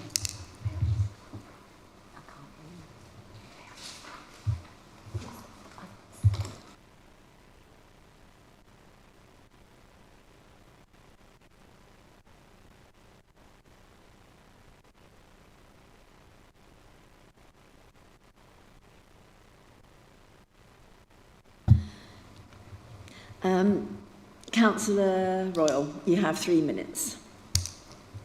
Thank you, Chair.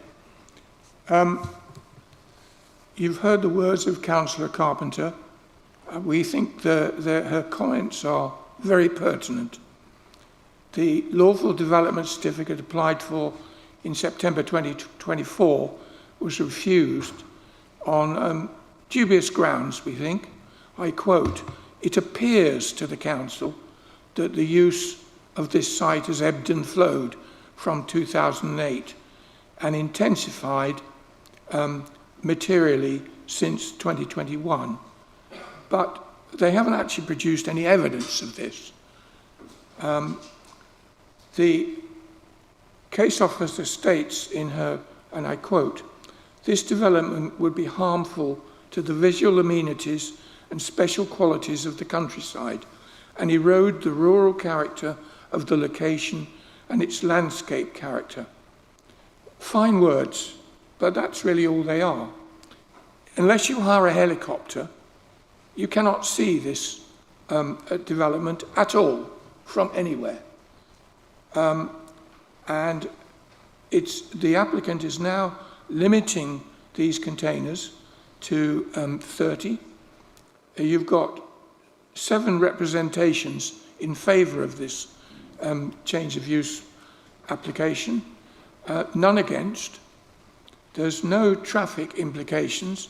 Typically, I understand, there's about 3 to 4 vehicle movements a month.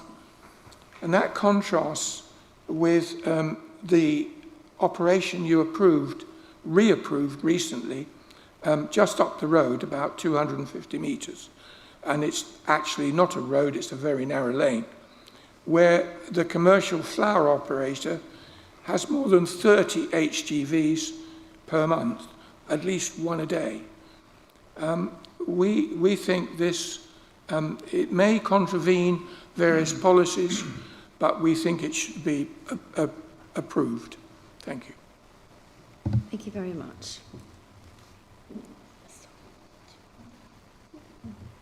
If I could just clarify a few points raised by the councillors in terms of the application site. The aerial imagery that we have available to us publicly on Google Earth shows the evolution of the site over time. The existing hard standing that is on the site at the moment where these containers are placed, that has been put down in recent years to facilitate those containers being put on the site. So aerial imagery from before that, whilst we do accept there are some areas of hard standing that have always existed on the site, in particular, it was put down to facilitate those containers being there. So prior to that, it was grassland. And we do have that evidence publicly available to us. Okay, questions? Councillor Frampton. Thank you, Madam Chair. Question of the officer. I might be a bit confused, but did you say that this area in particular is not part of the agricultural holding? Yes, the application form that the applicant completed declares that the application site is not part of an agricultural holding. So if we were to rely on CS21, which is to encourage agricultural, horticultural, forestry enterprises and diversification, farm diversifications, it would have to be part of the holding, wouldn't it? Because that is the farm. So if we were to thinly say that there is an environmental benefit in that keeping a farm unit going as its entirety does give a benefit to the area, that would have to be part of the holding to even use that argument. Is that correct? That is correct. That's our interpretation of the policy. Thank you. In the opposite. Councillor Wade. Yeah, thank you. I've got a question. If we were hypothetically to allow this, in theory then, they could have as many containers stored there as they like. And the fact that there's only a few now on the ground level, giving permission for storage of containers would, in theory, would it not allow you to have as 10, 20, 30, 40, 100? So goes the question. So the application is for the change of use of all of the land within that red line boundary. So yes, there could in theory be more containers, more storage put on the site. We can condition the height of the containers. If we didn't, they could be double stacked, triple stacked, so on and so forth, to no end essentially, unless the height of the containers was conditioned. Councillor Riley. So what are the containers being used for? Because you said there's going to be no movement of traffic. What is actually the containers being used for? My understanding, based on public information, is that Mr. Fairman owns a removals company, and New Forest Removals is a removals company for storage for people moving houses, things like that. There have been a number of letters of support from local businesses, people that have moved house that have used are using the containers for those purposes. So it's essentially for storage. And one other question. What's the acreage of this farm? Do we know? Because that's quite important, actually. No, I don't know.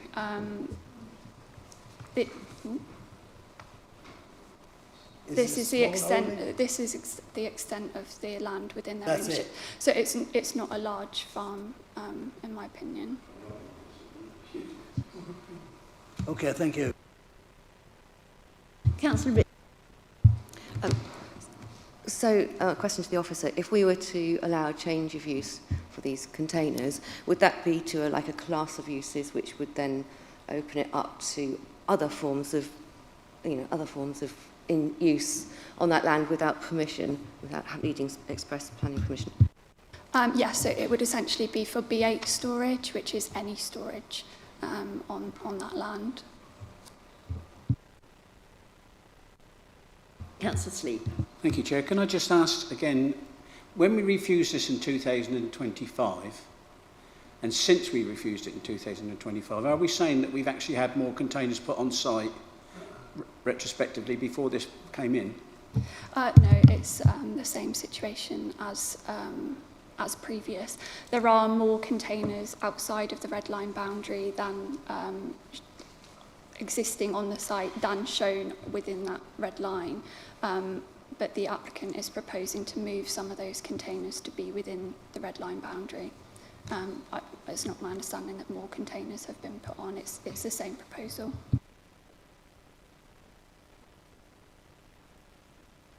Oh, no, we've had Sleep. Are there any more questions? In that case, we're going to debate. Councillor Frampton. Well, I'd just like to pick up really that I'm a great believer in farm diversification. Farming in this area, it's very poor land, is not profitable, and you do have to have subsistence incomes. And I believe that CS21 could be used if you took the view on the first part A that diversification projects where this would be consistent with maintaining and enhancing the environment, you would have to take a bit of a broad view and say that it enhances the entire agricultural holding. But the killer, for me, is that officers have said it's not part of the agricultural holding. That's like me saying, I've got a car park in Totton that I want to put cars in to give me the income to run my farm in Branscombe. I know that's a real extreme, but what I'm saying is It's not part of the agricultural holding. So I can't see how I can apply CS21, which is the only one I could probably try and get it through on, because it's not part of the same agricultural registered unit. And that sort of takes the rug out from underneath me. If anybody else can interpret it and say, well, it could come into the holding, and if this makes it work, then have a go. But it's caught me out, I'll be honest. Councillor Hawke. There is history on this site going back to, you know, the 2015 type era.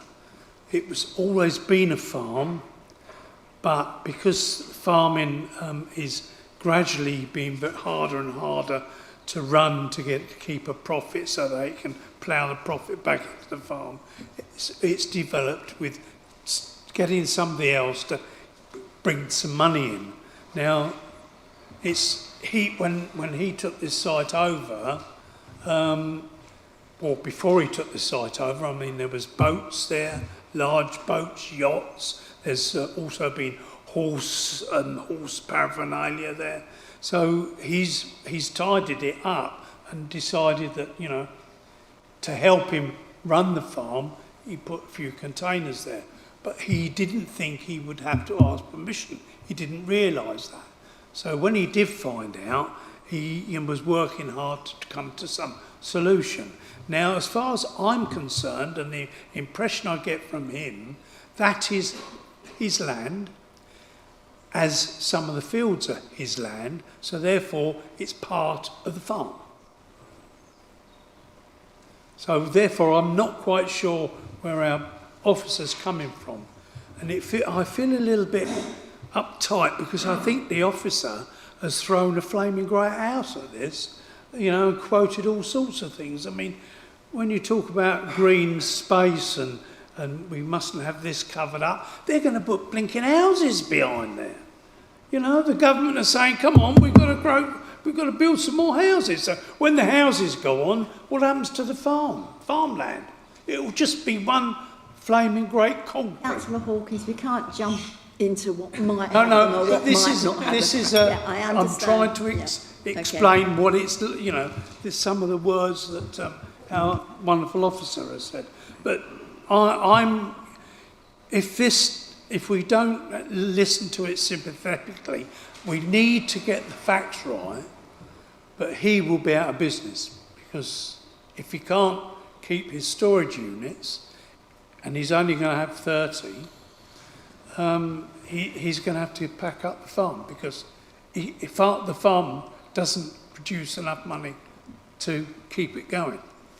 And the containers, some of our local shops in the area also use those containers for storage, like the Christmas stuff that they don't sell, they put into the... So we're really helping the whole society within this area. So I'm a little bit upset with the way the officers has put it and twisted things. Thank you. Thank you. Councillor Wade. Thank you, Chairman. It's interesting on this because the point has been made that many farms need to diversify to keep their economies going. And I think that is a valid point. I'm glad to know that they're not empty containers and not going to produce a haulage yard in there. I think that's been reassured by that. And I did say in the earlier one we should always follow the rules, didn't I? So, which does actually put me in the position of that. So I understand totally, actually, unlike Councillor Hawkins, why the officer has approached this from that perspective. I do understand that. But there could be a case for making a value judgment with a slight leaning in the other direction. Because if these containers are used for storing stuff, if I may use that phrase, they are not storage containers for use for a haulage industry or anything like that. Farmers used to have outbuildings to store things. These are containers for storing things. There could be a way. I take the point that it's not part of the agricultural land, which is a technical reason why, I understand why Councillor said that.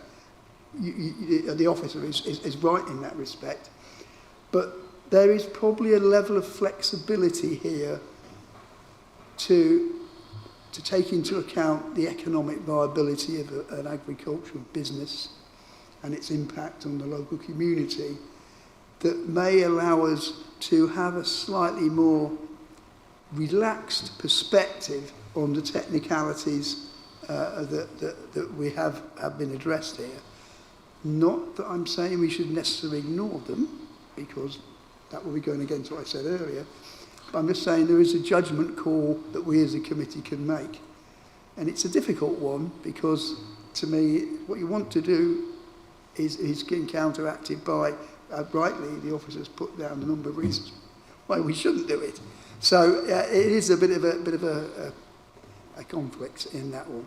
But there is a level of potential here for a slight bit of flexibility. Thank you. I've got Councillor Richards that wants to speak, Councillor Riley that wants to speak, and Councillor Frampton. Okay, Councillor Richards. So from my point of view, this is an application for change of use. It's not an application for farm diversification. So we haven't, had all the information that would be relevant if it was an application for farm diversification. For example, where are these animals and how many are there? Lots of people have a few animals and it's essentially just like a hobby or a sideline. It's not a farm which requires diversification to keep it going. So from that point of view, I think we can't really look at it as farm diversification. We have to look at it as change of use. And this is not, in my view, an appropriate use in the open countryside in the green belt. And so I would recommend we go with refusal. That is a proposal, yes. Right. Councillor Riley. I would agree with Councillor Richards and Councillor Frampton. I don't think that this should be allowed in the countryside. Containers. This is a small holding. What's to stop the next farmer with a small holding coming along and saying, oh, well, I can't make it pie. I want to put containers on my land. You're setting a precedent for the future. And I don't believe that this should be allowed. And I think the only place a container should be seen is on the back of a lorry or in a dock or on a container ship. Thank you.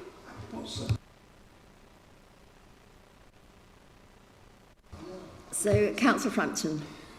Yeah, Madam Chairman, if this was part of the agricultural holding, there would be nothing to stop the applicant putting a shed up there without planning permission, just putting it in, because it's not an AOMB, it's not the national park. And then he could come along and say, as part of my farm diversification, I would like to change the use of that building into another income stream for my farm, and that would actually come in with CS21, and we would pretty well have to give it. So, I mean, it could happen. As I say, my concern is that it's not part of the agricultural holding. If it was, I think it would have a slightly different bearing. I'm just going to throw this one out to the councillors, because if it's genuine, if it is to supplement an income of a farm, which on that size is not really viable, could we defer to see whether or not the applicant brings that land to within the holding? Because it's only an application to DEFRA. If that's brought in within the holding, then it's a different scenario, and we look at it in a different way. But I would invite, I would propose that we defer to see whether or not that comes within the agricultural holding. And if it does, we look at it in a different way. Because as it stands at the moment, it's a separate piece of land in the green belt that is not part of an agricultural holding, and we cannot apply CS21 to it. We've already got a proposal on the table, though. It hasn't been seconded, has it? Yeah, Councillor Riley. Seconded What did it. you? Yeah. All right, well, okay, we'll vote on that one first then, and if that one fails, perhaps we can go to a deferment.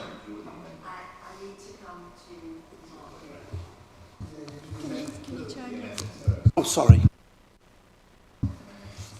Chairman, I think just to come back on that point and try and help you as a planning committee, the case officer in her presentation took you through the relevant tests with regards to the certificate of ownership that's submitted with the application.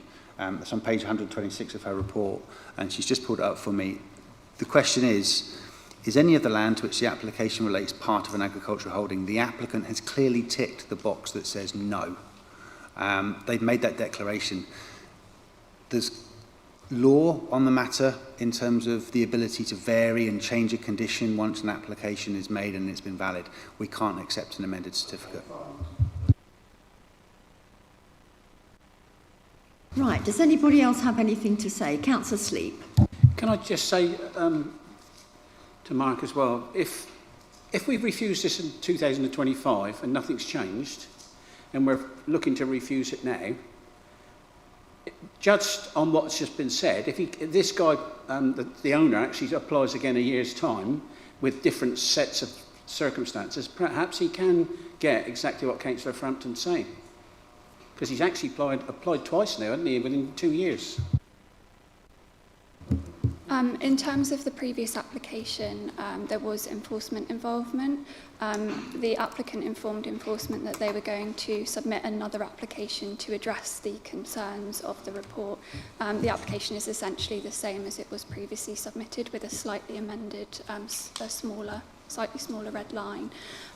So I think this matter would then be passed back to enforcement.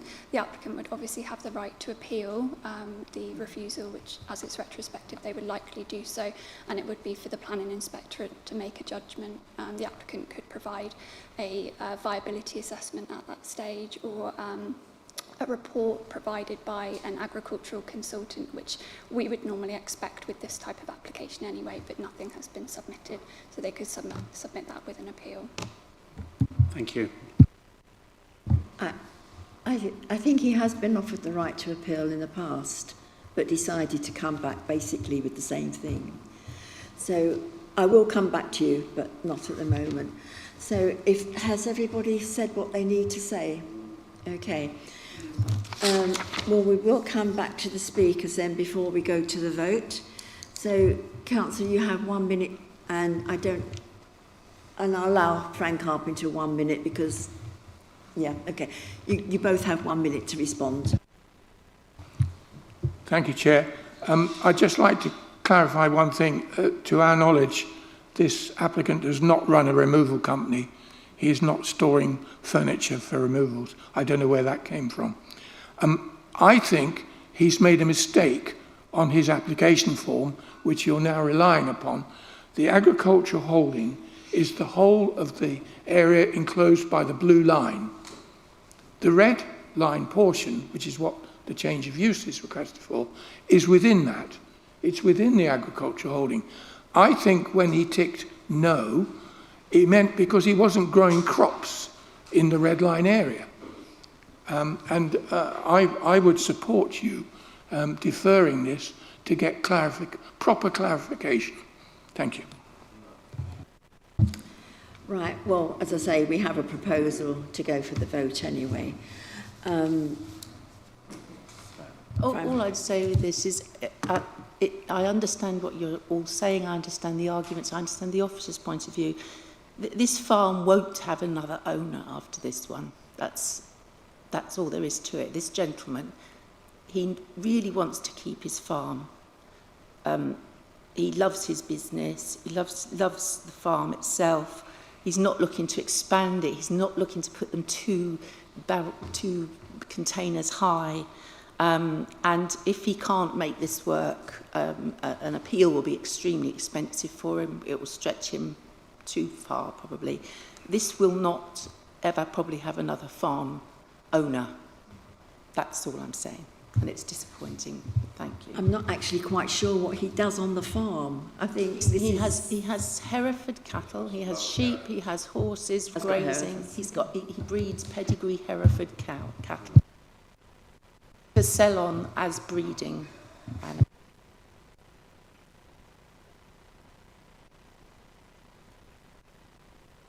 Okay, then we have to go to the vote. The recommendation is to refuse. That was proposed by Councillor Richards and seconded by Councillor Riley. Can we please go to the vote? Thank you.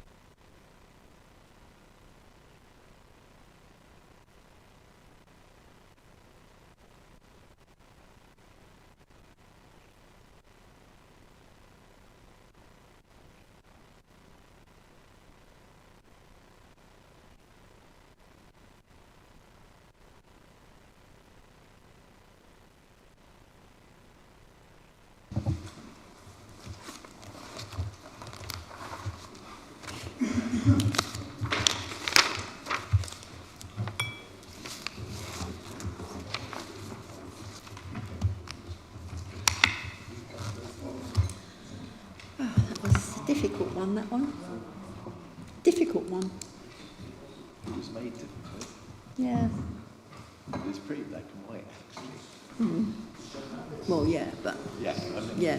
I mean, we're sorry for the individual, but that's not what we're here about. Yeah, no. You're right. It's very difficult. Things go on there for ages because it's not viable in the first place. No. I mean... It's sad. I mean... But when you can sell it for development, then his argument will be the other way around.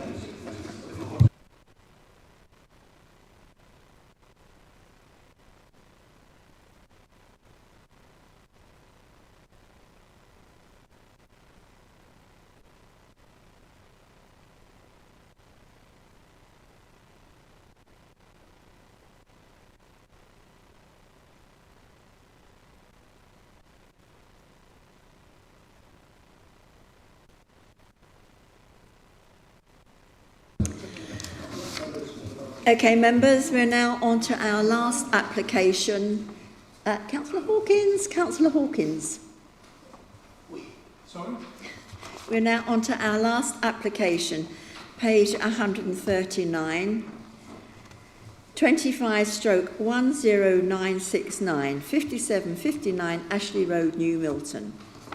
And we have two speakers, Miss Sally Layton on behalf of Mr Ian Evans, objector, and Councillor Rob Maynard again for New Milton Town Council. So let's go to the presentation, please.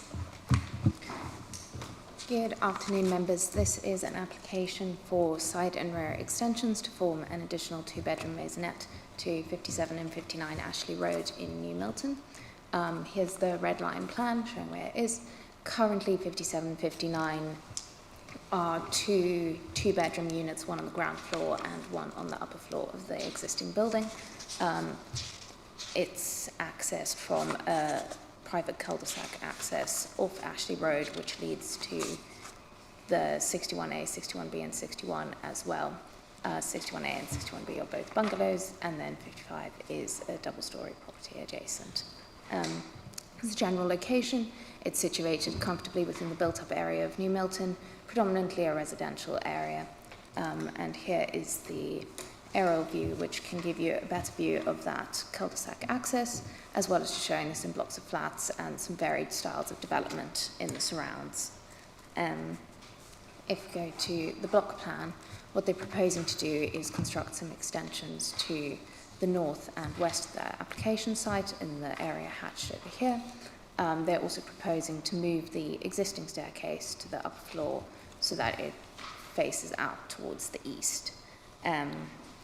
They'll still be retaining an area of garden to the north of the site, leaving a gap between that and 61A. And there's quite a large distance between the front elevation of the property and the property that you can't quite see off the screen here at 61. You can see it comes quite close to the boundary with 55, but because of the nature of the development, which I'll show you later, and the oblique angle, it's unlikely to have significant detrimental impacts. This is a more detailed site plan, which also shows the parking arrangement. I would just note that part of the reason for the New Milton Town Council's objection was due to a lack of parking. This has since been clarified by improved plans, which show clearly that the existing garage on the site will be removed to allow 2 cars to be parked here. Currently, the existing garage is too small to actually accommodate a vehicle. The Highways Authority has been consulted on the parking arrangements, and they are satisfied that there will be no highway safety implications as a result. These are the existing elevations. This is the east elevation, which fronts onto the cul-de-sac access, and this is the north elevation, which looks towards 61A Ashley Road, and is where the majority of the extension will be constructed from. It's the west elevation facing towards number 55, and the south elevation, which fronts onto the main part of Ashley Road. The proposed elevations, you can see that they'll be changing the existing flat roof here to a hipped roof, and then constructing a two-story portion over here and a single-story portion here. You'll see more clearly on the floor plans, and as you've already seen, these elements are set back, which isn't very clearly shown on the proposed elevations. Also note these windows here are new in the eastern elevation, having been moved from the northern elevation where this extension comes off.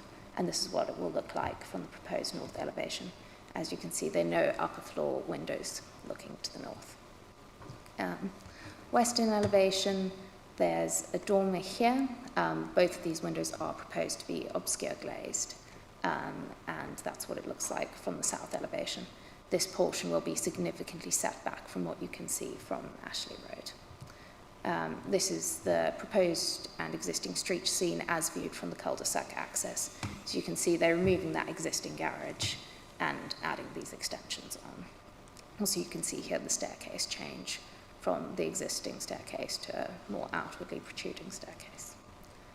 The existing floor plans, both the ground floor and the first floor, are the same, 2 two-bedroom units there.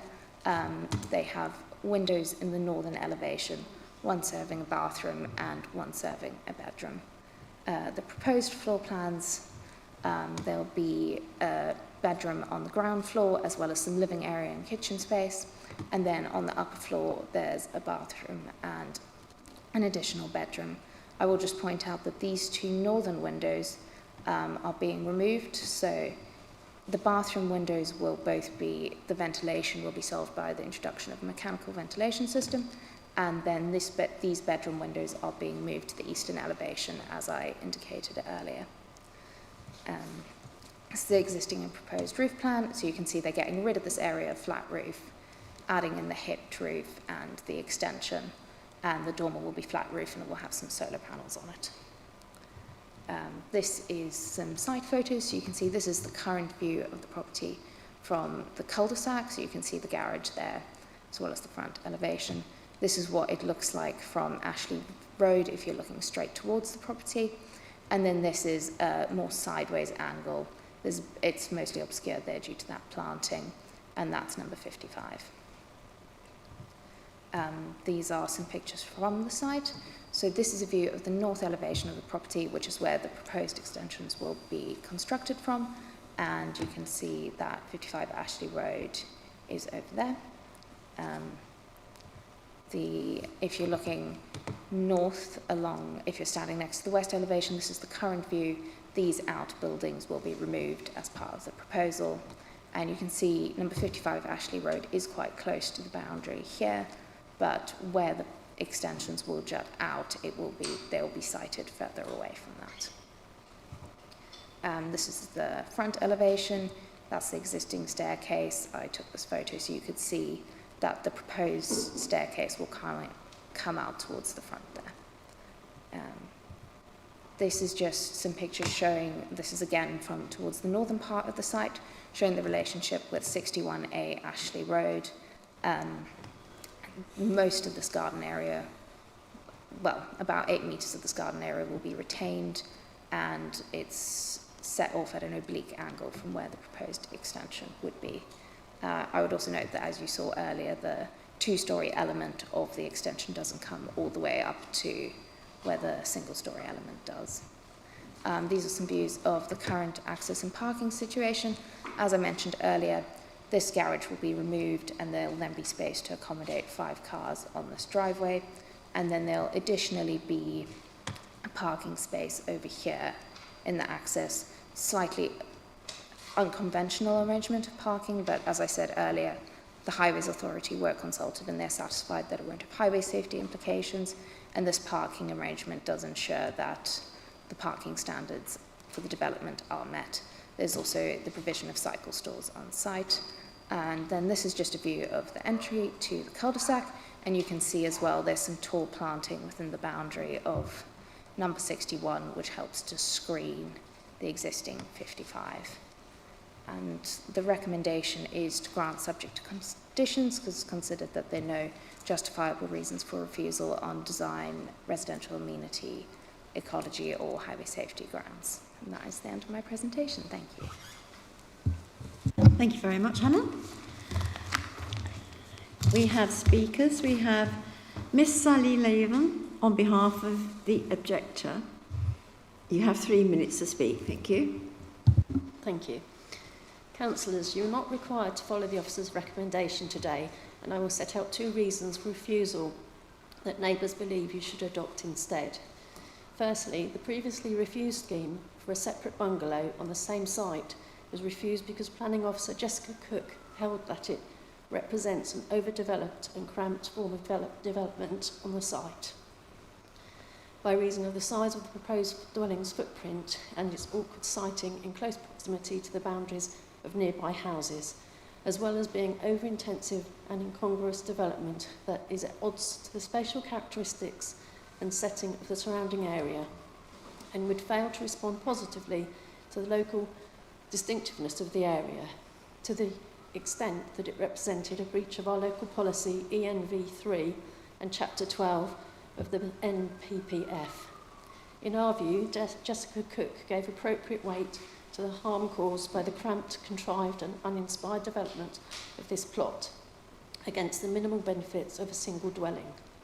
This application represents the same net gain of a single dwelling, but now the proposed dwelling clings to the existing masonette building while encroaching into characteristic garden land. The result is that the previous reason for refusal still rings true in substance. Secondly, the Council has not secured self-build basis status of the proposed dwelling. By the officer's calculations, this would mean that the developer is not liable to pay over £12,000 of community infrastructure levy. Further self-build status would mean that the development is exempted from biodiversity net gain. The Planning Inspectorate is increasingly unhappy about securing self-build status by planning condition, insisting on the Section 106 obligations because the definition of self-build is open to abuse. The particular July 2025 Planning Inspectorate decision was raised in the case officer in one of the objections to this application.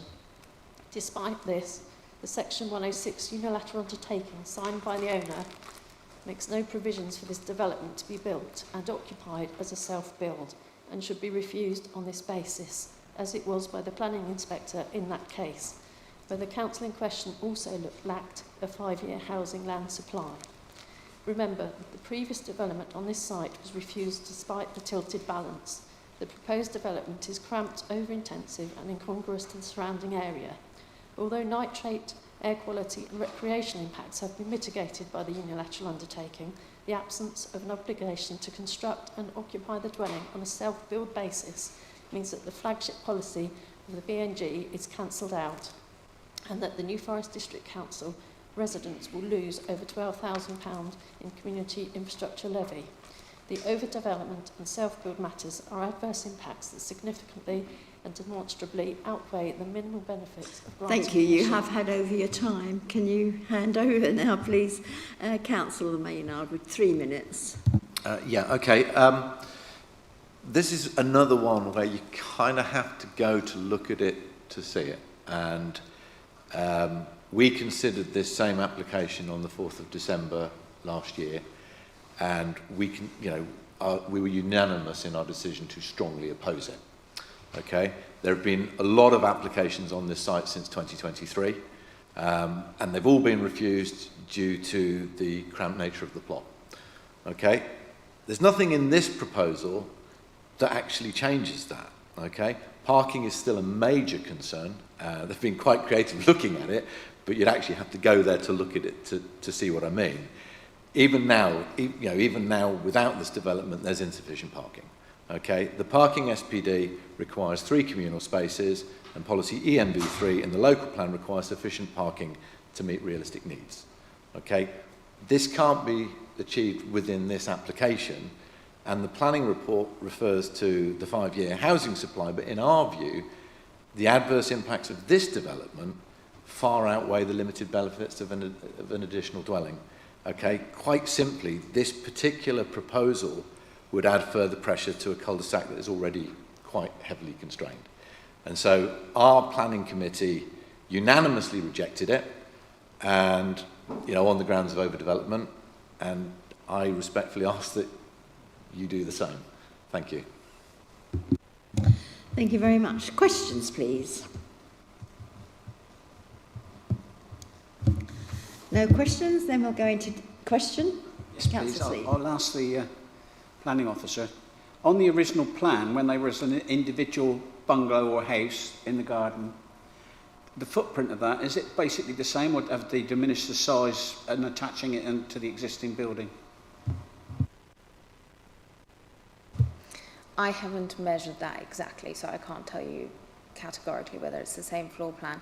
What I will say is because that original one was detached, it sat far more comprehensively within the garden area, whereas the new proposal, because it forms an extension to the existing dwelling, leaves more of that garden area open. Any more questions? Then we'll go into debate. Right, Councillor Dowd. Yes, this is yet another one of those interesting arrangements. Unfortunately, we have, as usual, views from Highways that says there are no concerns. We do know with a lot of developments, if not most of them, parking and all that sort of thing are always issues, but we can't vote against that if we've got the view from the Highways Authority that it's fine. The EMV1 sympathetic design and EMV3 visual intrusion, it is a massive block with the extension. Looking at it, it's not architecturally very sympathetic. And one of my concerns when I looked at it was that you've got a very distinctive original building with something that's very different tagged onto it. But looking at the buildings around, I can see that the bit that's tagged on is kind of reflecting surrounding buildings, but it still doesn't sit very well in terms of, from my view, in terms of the mass of the building and how the building actually appears with the bizarre roof arrangement. So there are concerns there, I think. So that's probably where I'm sitting at the moment. Thank you. Thank you. Does anybody else have anything to say? Councillor Hawkins. The only thing I would say about this is it's attached to the house, but it really is another way of backland development. And I don't think the bulk and the size of it there is just not in keeping with the surrounding area. And parking is just, well, a no-no. So I think it should be refused. Are there any other comments? Well, we have a recommendation to grant. Does anybody want to support that recommendation? Councillor Richards? Yes, I propose that we grant it. Okay. Do I have a seconder?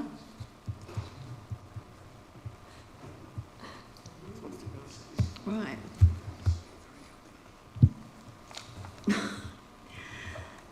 Well, let's get the thing voting. I will second it.